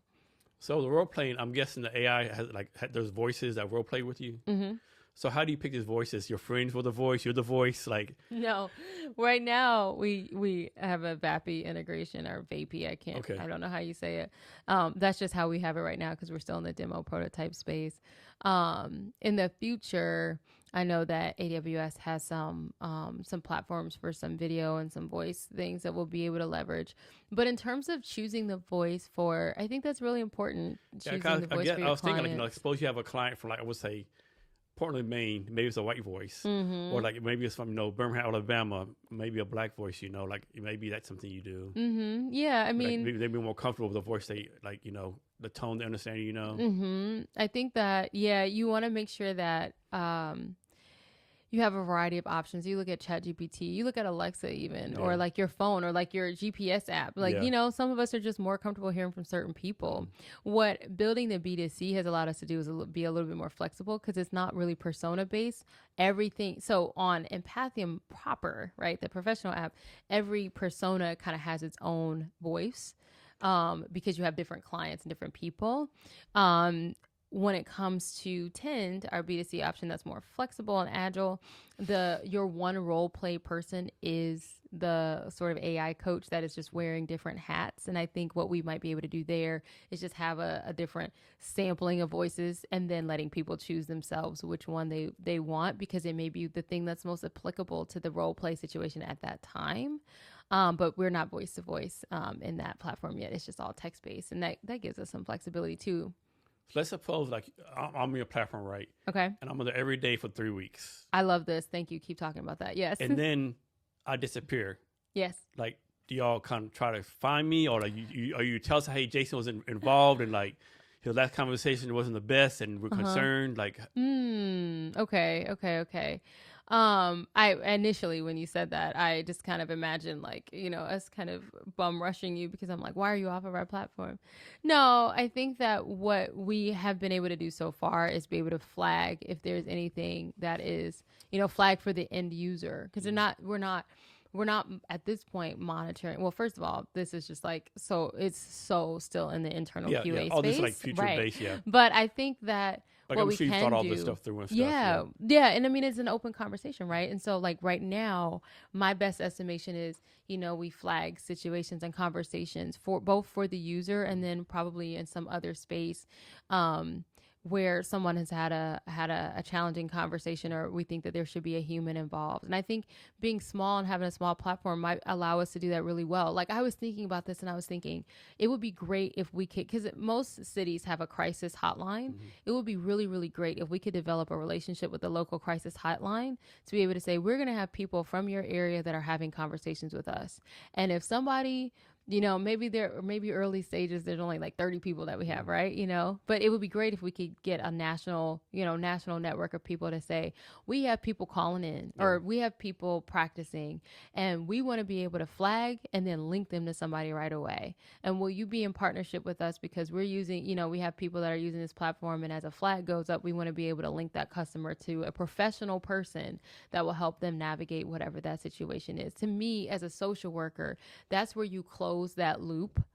That's how you get a real person involved to do a real intervention. And again, that's just me talking about like that B2C option, because it would be a very different conversation on the B2B space. But that's how I would, if you stopped using it and there was some concern about it, I would hope that it didn't just end with you using it and no one or nothing flagging for you that was a problem. Yeah, this is my concern for you as far as liability. My concern would be like John Bob's on your platform for 3 weeks, and then he gets off, and then he does something bad to himself, and a family member comes back and says, hey, it's not just your fault, right? You talk to him, you should have known he's going to do something, right? Yeah, and I think that is a really good point, and it's also why we are very adamant that we're not a therapy app. Because we can't be. I don't want to take on the liability of that, even when, organizations. But how do you prevent people from thinking that it's a therapy app? I think that goes into the language and not burying that in terms of into conditions. I think it goes into how we even socialize what the product is, right? Like, we're talking about capacity building and skills building. But if you need mental health support, then you should go to a mental health support professional, whether that's something that is a trusted app for you, or, something that is able to meet you where you are. And I think we should be able to flag, so what I love about being able to work on AWS is that, there are guardrails that you can build in. And so being able to flag and keep things on task is something that, from a smaller perspective, we've been able to do so far, and been able to test out like what happens if something goes off the rails. But I think on the larger case, being able to consistently bring people back to say like, that's not something that we're going to be able to do. And also, but not ending it there. That's not very empathetic, is, being able to say, or saying like, we don't do that, but not being able to say who does and where can you go? Where can you receive some support? But we're not a therapy app. We're not waiting into that space. We're not going to tell organizations or individuals, this is what you should do for that treatment plan with that client or what have you. Like, in Australia, there was a case where, and I don't know if this is still the case, but they actually banned banned social workers from using AI. I might misspeak about this, but I know Australia, they banned kids 16 and below from using social media recently. Oh, really? Yeah. Well, I know that there was a case. That's interesting. I know that there was a case where there was a social worker who used ChatGPT to develop a treatment plan. She used it to develop a treatment plan, and the kid died. And so, of course, then it just went like, like, we're not going to use this tool at all. And I don't have any commentary about that particular thing, but I do think that it's a matter of, that's another question of why can't I just use this thing? Just because you can do something doesn't mean you should. And so, Empathium is going to know very well what it can do. It's also going to know very well what it can't, and where you should be going somewhere else, and then routing you in that direction. Do you have any concern about someone being too reliant on your platform? Yeah, there's a sycamphasy, I'm trying to say that word correctly, test that you can do apparently for your AI tool that We definitely are consistently testing Empathium against, because we don't want it to be like the thing about the best boss or the therapist or the supervisor in your pocket, right? My best supervision has come from being able to tell me all the ways that I'm wrong and being able to help me to understand how to bridge the gap between where I am and where I need to be. So when it comes to what Empathium is supposed to be doing as, an AI coach for professionals or what have you, however we're kind of framing it in that moment, but especially as we're talking about like the role play and that kind of thing, we don't just role play as a client. We also come back around and then come back and say, okay, so let's talk about what you just did. And so then in that place, you do need to be able to have something that is going to give you some rupture and repair as a part of the therapeutic process. And that tension, that friction should also be there when it comes to using the product. I think that naturally keeps people grounded. But then when it comes to using us, over reliance on us, I think that, there's only so much that the platform is going to even be willing to do. I think that that's another guardrail that's in it. But I do want the product to be sticky enough that people feel like they can go into it for daily use and get daily results from that thing. You know what I mean? It shouldn't be doing the work for you. And in fact, it will patently refuse to do the work for you. In terms of like the actual like outcomes, but in terms of being able to come back to it and say, I really want to learn this thing. I think the more people use it, this is the one thing that I can say, the more people use it, probably the better, because I hope that it actually drives actual insight for them in terms of how they interact with other people in real life. So I don't know what the stats are, but I'm guessing like people who like actually go to therapy, that's like that kind of like people wall all kind of rich, middle class. Mm-hmm. And the people like lower income really don't use it, right? Because they don't have the time, can't afford it, right?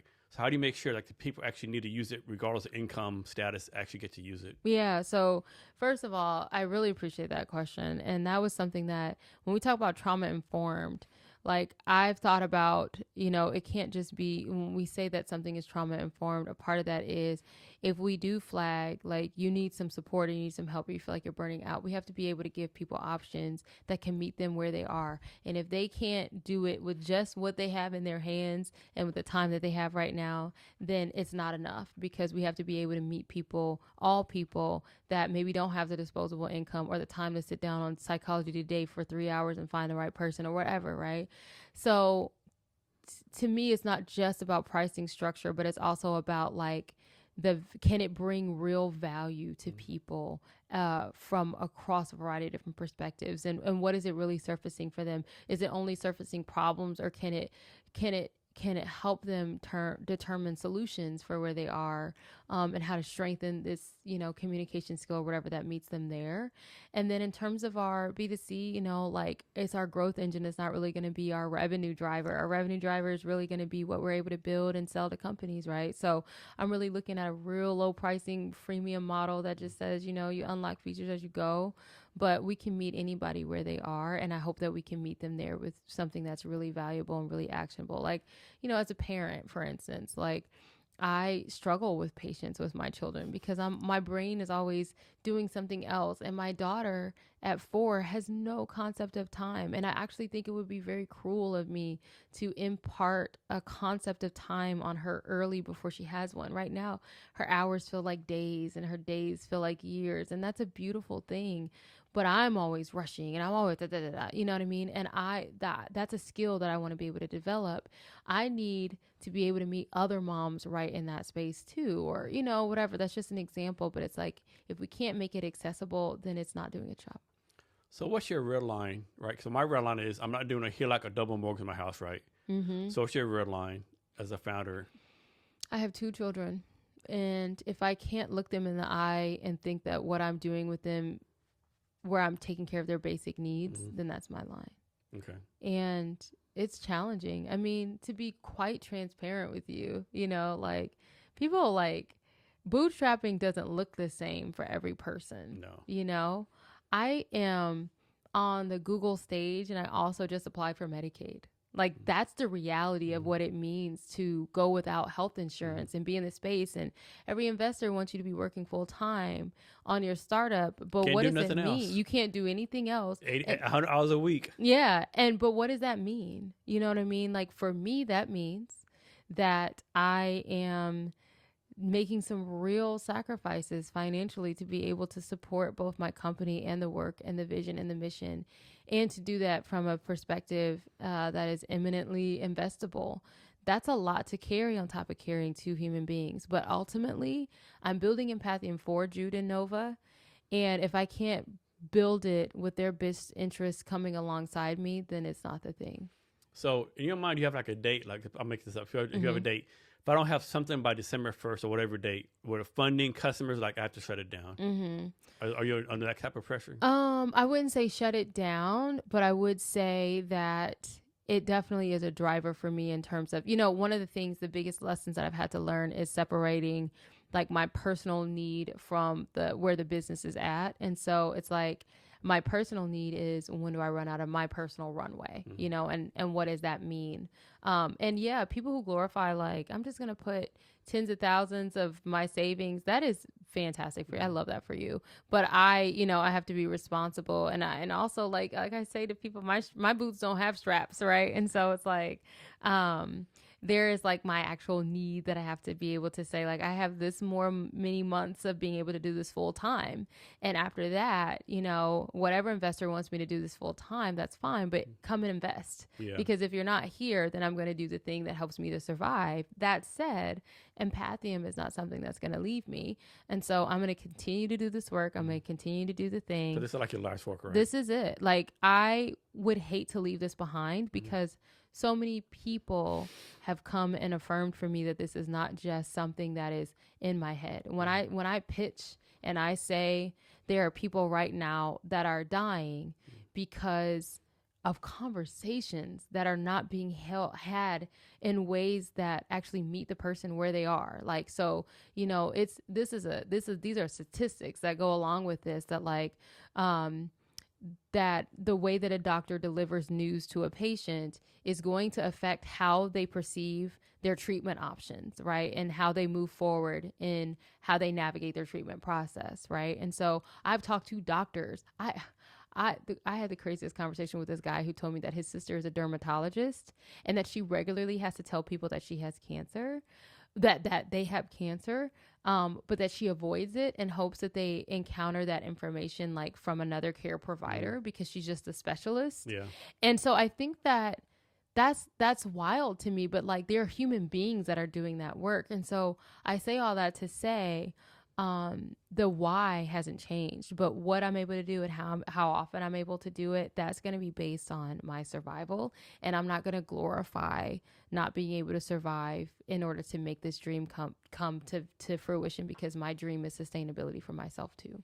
Remember a few years ago, the Kardashian, like one lady, Kylie Jenner, I'm sure she's a small businesswoman or whatever, and she, like, I think she became a billionaire with the market, and she was like, I built it myself. I'm a self-made billionaire. Yeah, like people like, bitch, get the fuck out of here. Yeah. You're like, you have all these advantages, right? You're Kim Kardashian, little sister, all this stuff. Like, no. Right. Like, yeah. Yeah. And people don't realize, like Taylor Swift's a great businesswoman. People don't realize, like, her father paid $100,000 to get her started. Jeff Bezos, $300,000. All these so-called bootstrap people, they had a lot of fucking help. Yeah. I mean, talent alone, I consider myself to be a very talented person.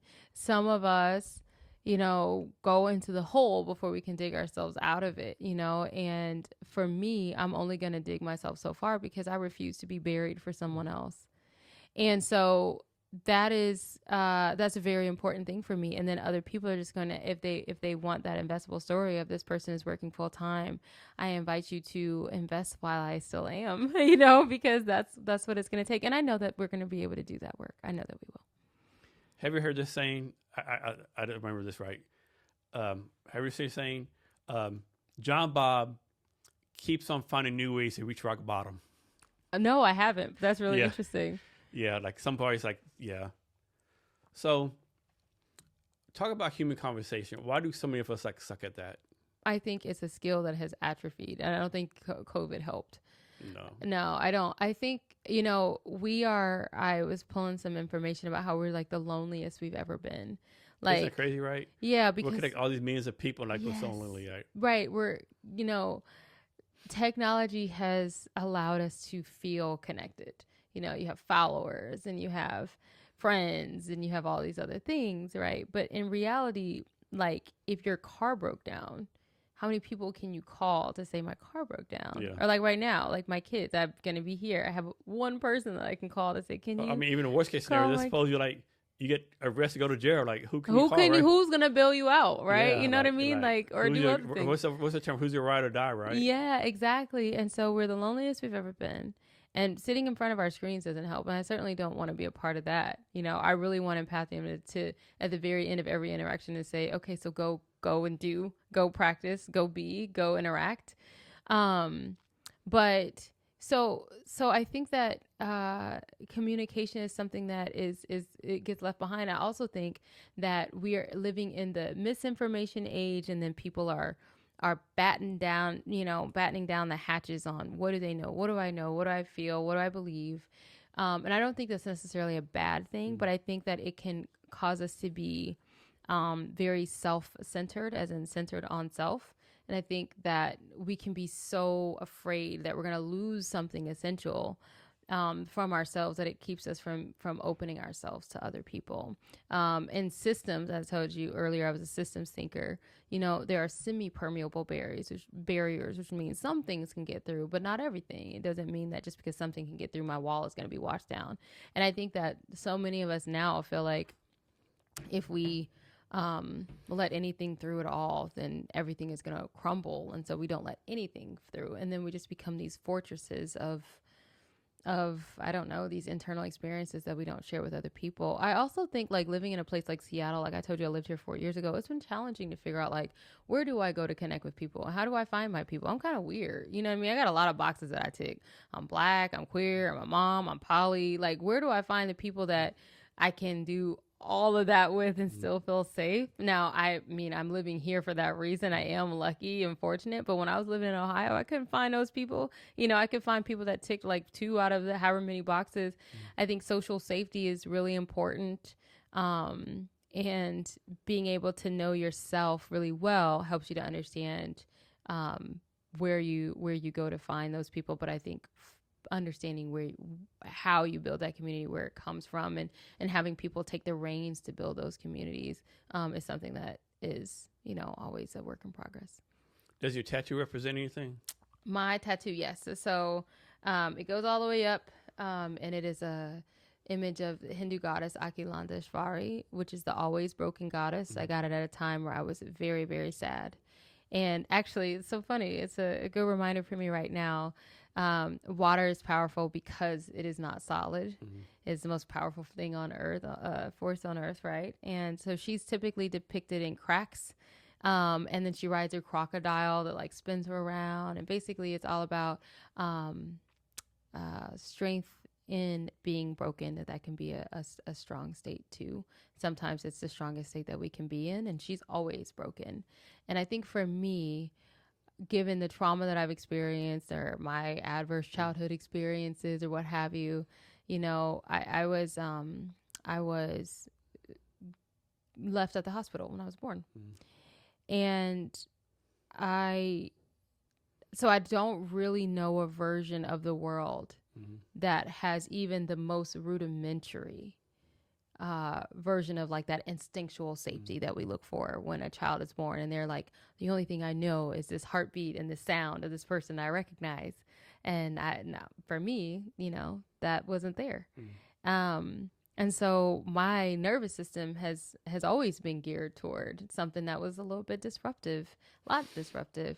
But that doesn't mean that I'm never whole. She's a whole person. She's just cracked. And that's where her strength comes from. And for me, it feels like the same. Do you have any take or any opinions on like psychedelics and mental health and all that kind of stuff? Yeah, there's a lot happening. Even working at the VA and the National Research Council, that was really cool to see how much work was being done in the psychedelic space, and how helpful it can be for many different people. I was not like active in that space, so I was just watching the research projects kind of come through, and I don't really know the state of them now. But I do think that there's so much. I've always been fascinated by how little of the brain that we actually use. And I think that or even know about, right? Or even know about. I mean, I love living in Seattle because, everybody's like high all the time. But, it's an interesting thing coming here versus being in Ohio, where people are a lot more open-minded. And it's not to rag on Ohio, but it's just a different culture around how do we engage with ourselves and those kinds of things. I know people that will swear by the use of mushrooms or MDMA or what have you to process through a variety of different things, trauma included. I just think that there's so much that we've barely scratched the surface on in terms of how can the brain heal itself. Yeah, I know you work at VA. I'm in military. I retired from the military. Like, I'm not saying every veteran smokes dope, does psychedelics, but I know a lot who swear by it, right? Like, they're on pills, they did LSD or mushrooms or whatever the case may be, and they're totally different, right? I mean, the stats show there's something to it, I think. Yeah, and I think you got to know. I think, so one of the things that I thought was really interesting, this is semi-related. When I was in grad school, I studied comparative social welfare in Zurich, Switzerland. And I had this opportunity to go there. And it was cool. There was this organization called ARUD. And they, as a country, had realized that they were in a heroin epidemic. It was really, really, really bad, long story short. So then the government decriminalized drugs. And then the government started growing heroin. I kid you not. They have premium government grade heroin that they then provide to people in Switzerland. And there was this organization that we went to where people go and they have their daily dose that they can either administer themselves or they give it to them. Now, here's what's important about that. What they realized was that these are not people that say, let me be clear. They're not people that say, unlike our dispensaries, where you can just go and get your weed. It's not like that. It's not like, I've never tried heroin before, give me the number 7. It's not that. It is people who they realized were already medically addicted. Like their bodies would have shut down because they were already addicted to this thing. And then it's like how the public health epidemic was not just the deaths that were happening because of the drug use, but it was also the needle sharing was rampant, HIV and those kinds of things, right? And so they're like, how do we address this? Well, we have to give them a safe place and a safe thing to use. If it's a safe thing to use and they know it's not cut with anything, people will die less. And then if they're not having to share needles because we're giving them to them and they have a safe place to be, then that's going to protect everyone else.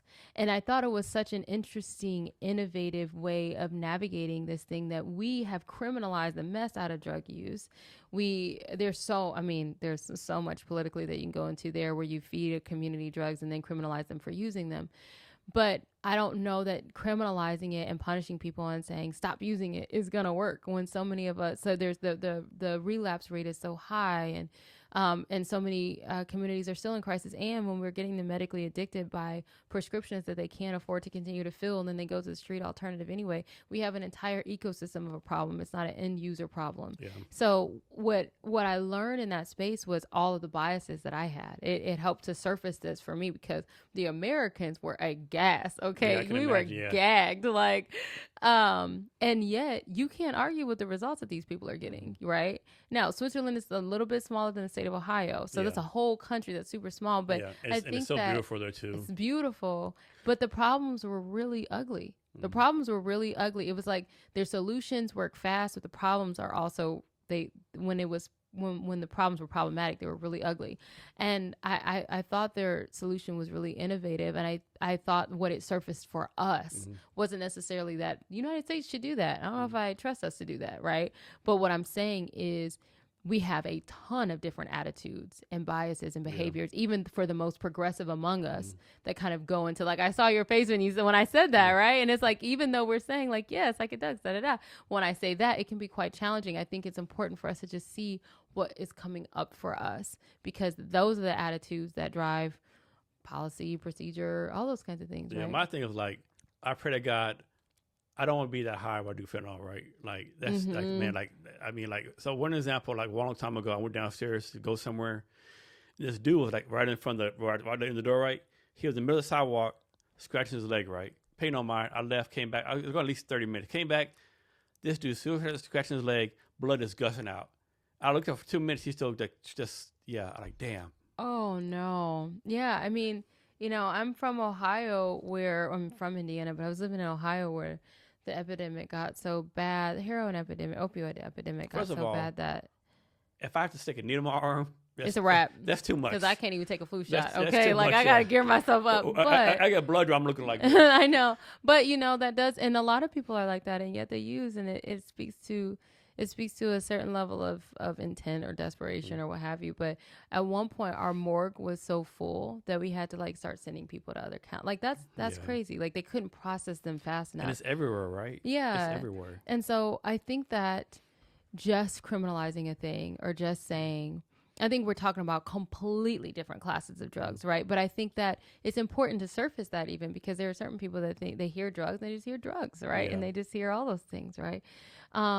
Anything that you overdo can be a problem. I mean, alcohol is the most dangerous drug there is, right? Right. I was watching Lilo and Stitch. And I don't know if you've seen like the live action remake, but I have children, so I have. And the guy was an alien that was like kind of like camouflaging as a person. And no. This wasn't Lilo and Stitch. This was Home, the movie Home.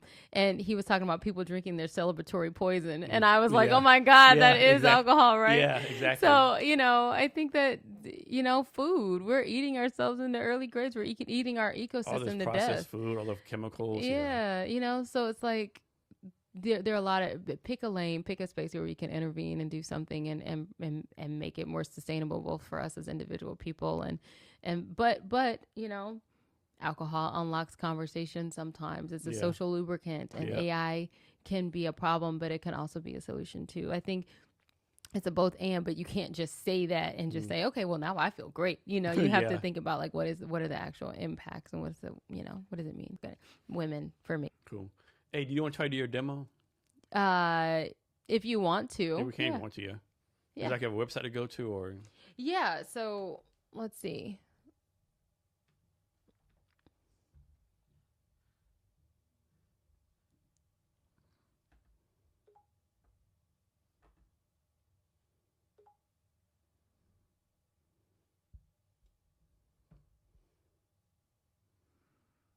So it's 10.app www.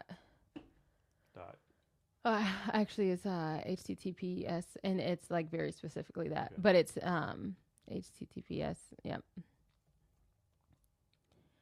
10.tynd. TEN. TYN. Okay. D.app, and then do / auth. Yeah, just to be sure that it's going to take you there. AUTH. So this is like the B2C that I'm like navigating, working on. Let's see what happens when you. There you go. Okay. Yeah. So, do you want to log in and create your account here? Yeah. All right, let's do it. Looks really good on your TV.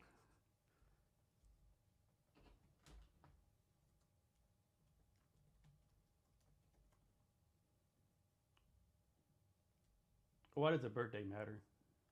So the birthday matters, first of all, because I want to make sure that we have people right now that can consent, so are 18 and older. But then also it helps to drive some insights for us behind the scenes. We need to know like the demographics of folks, and then it also allows us to have just like kind of a baseline, like you are a Sagittarius. Yeah. The hunter. So it's, it's going to help us know a couple of things about you from the beginning. You can skip uploading a picture. Like, all right. Do you know your birth time?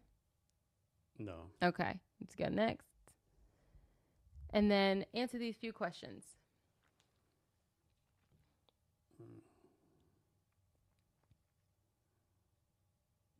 That makes sense?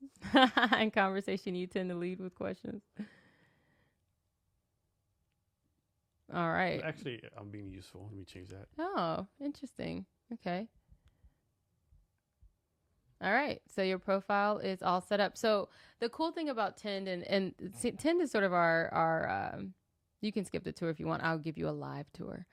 Tend is our go back a little bit. Is there a back button? Yeah. Okay. I'm trying to see what happened when you clicked. Okay, that's interesting. When you hit start answering, it went to constellation. Yeah. Go to the menu, hamburger. Okay, then go home. All right. So we have kind of two pathways with this app, and pretty much it's process or practice, so you can tend to what's real or you can practice what could be. So what we're finding is that, I like to go in and say, this is a particular situation that I'm navigating right now. And then I'll go into kind of like a help me navigate it situation, or you can practice and you can kind of do some scenario based work or create your own. And either way, it's going to help the system learn more about you and drive some insights for you. And then the other component of the app is being able to be connected to another person. So do you want to practice a real life scenario? Yeah, let's do that. Yeah. You want to do so go to 10 to what's real. That's what's on top. All right. So you want to talk about, what are you tending to? Yourself, a situation, or a relationship? Myself. Okay. What happened? Oh, man. Yeah. What happened? Just tell me about something. Okay. We'll say self-doubt. Mm-hmm. Okay.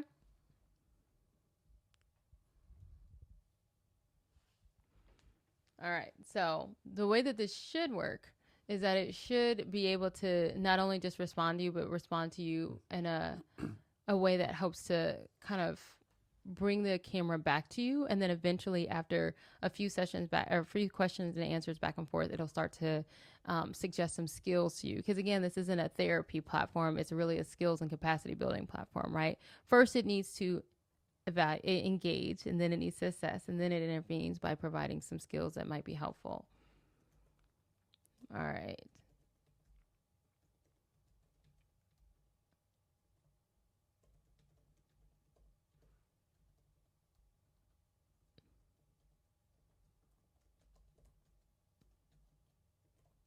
So I put everyone says I'm doing great, but I tend to want to believe they're not telling the truth because they're just being nice. All right, send it and see what it has to say.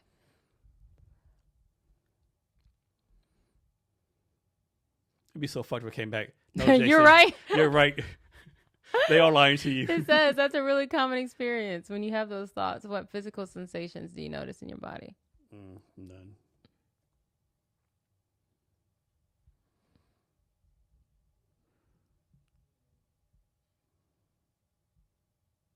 It's like, I don't know what to do with you. No, I'm kidding.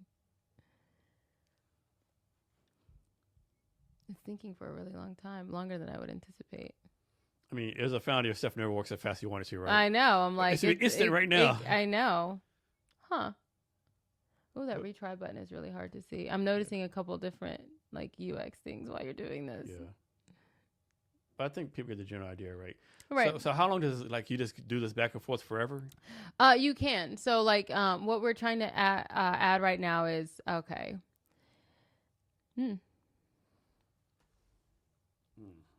I know that's a good question.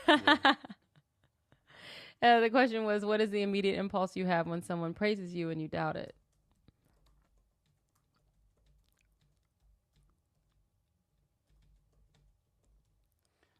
Like I do some public speaking, a podcast, whatever. Yeah. Whenever someone says like, "Jason, you did a great pitch," like, did I really? Did I really? Like, yeah. Are you sure about that? Yeah, and then I think that trying to navigate like what is probably going to come next, if it's going to work the way that I've trained it, is that we're going to start to probe kind of like, okay, so how does that show up in your connections with other people? Because I think when someone is yeah. So what happens if I do like this? Let's see.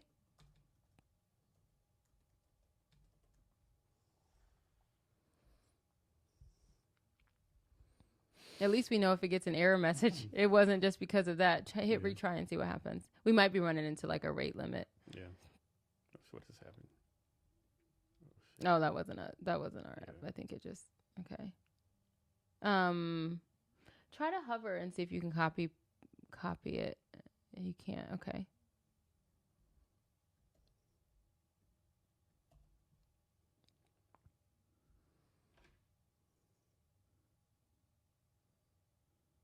Yeah. Okay. Yeah. And then what you can do is scroll back up and then hit end. And what it should do is if you can, so you can debrief, you can get insight, or you can save it and exit, and you can come back to it whenever you're ready to have that conversation again. And what happens is if you hit end and then get insight, it should work. And then it should tell you something about this, about yourself, right? And the more you engage with it over time. Yeah, I mean, it's true. Yeah. So you can see more about it. You can discuss it. You can go back to the system and say, I want to learn more about why I do that thing. Or you can say not now, right? So if you hit not now and you want to go back to, all right, you can go to practice. Let's open up practice. All right. Who says you don't get a do-over, right? So you can create your own, or if you're not sure where to start, you can go into some of our practice scenarios. All right. You want to talk about work, family, friends? Okay. And then you can go in, and even when you choose this, you can customize it, right? And at the bottom, I want you to see it says, this isn't therapy, it's rehearsal for being human. So you can run it now. It's going to tell you that this is the role play that you're going to do. It's going to count your exchanges back and forth, because those are the things that help us understand, like, how far do you need to go into it in order to get like real insight and, real practice. So let's see. It usually takes 10 to 15 minutes. You can stay as long as you want. And then, this is it kind of being out of character. It's going to help prompt you. It goes at your consent. So you say ready. And then at any point you can hit this get help button, and then it pauses everything. Okay. It might be like things got too real. It might be like, I need to take a pause because I really don't know what to say. And then the idea is that the insights that it's been generating from you, from your other use in this platform, will be able to come into play and say, well, I know that you're somebody who's like not really someone of a lot of words sometimes if you're feeling really stuck. And so is that what's coming up, or is it something else? Are you trying to, Is there a minimum or maximum age for this? Right now it's 18. 18. Yeah, right now it's 18, because I don't want to wade into the waters yet but I do think that this could be great for young people who are navigating social exchange or what have you. What we know is that, like, I think it was like 70% of young people have used an AI companion at some point as a replacement for a friend.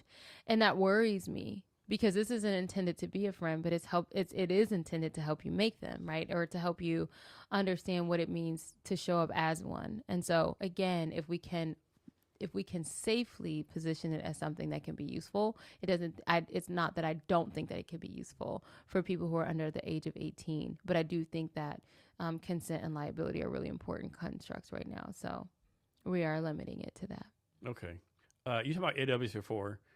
How do you figure out, or how concerned are you about the data storage and the money that's going to cost in the future?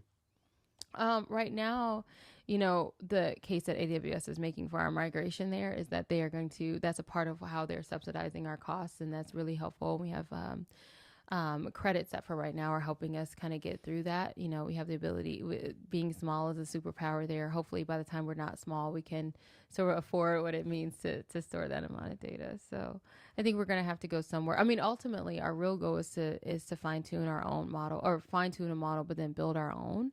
I think that gives us some flexibility there, but we'll see what happens with that. So, is there anything else I haven't asked you yet, or anything else you want to talk about? I don't think so. I think this is a pretty thorough conversation. I mean, we run the gamut, we've been able to jump into the system. We've been able to see a little bit. And we've also, we've gone from legalized heroin to polyamory. So I think that we've covered all the bases. So how can people reach out to you and talk to you? Yeah, so you can find me on LinkedIn, and you can definitely send me a DM. Do not be afraid by the things that I said earlier in the podcast. I actually am really excited to talk to people. You can also find us at empathium.ai, and here shortly we will be opening up 10 for people to be able to use publicly. So I'll definitely be sharing all about that on our LinkedIn and on our pages, and people can grab access to that as well. So we didn't talk about a lot, but last thing, can you give us any wisdom or advice or anything you want to talk about?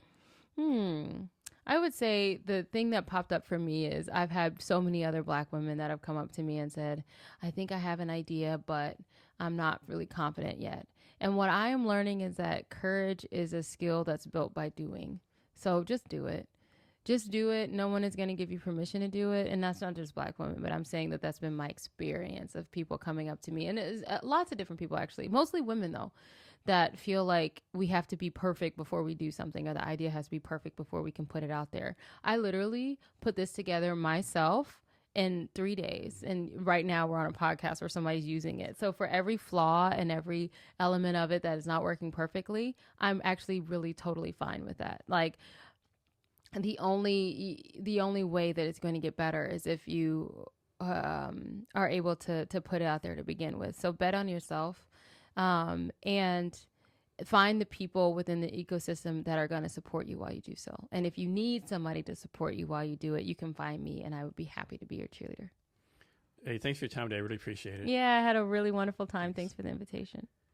And to the listeners, thank you for your time as well. And be sure to check out our Wefunder. And remember to be great every day.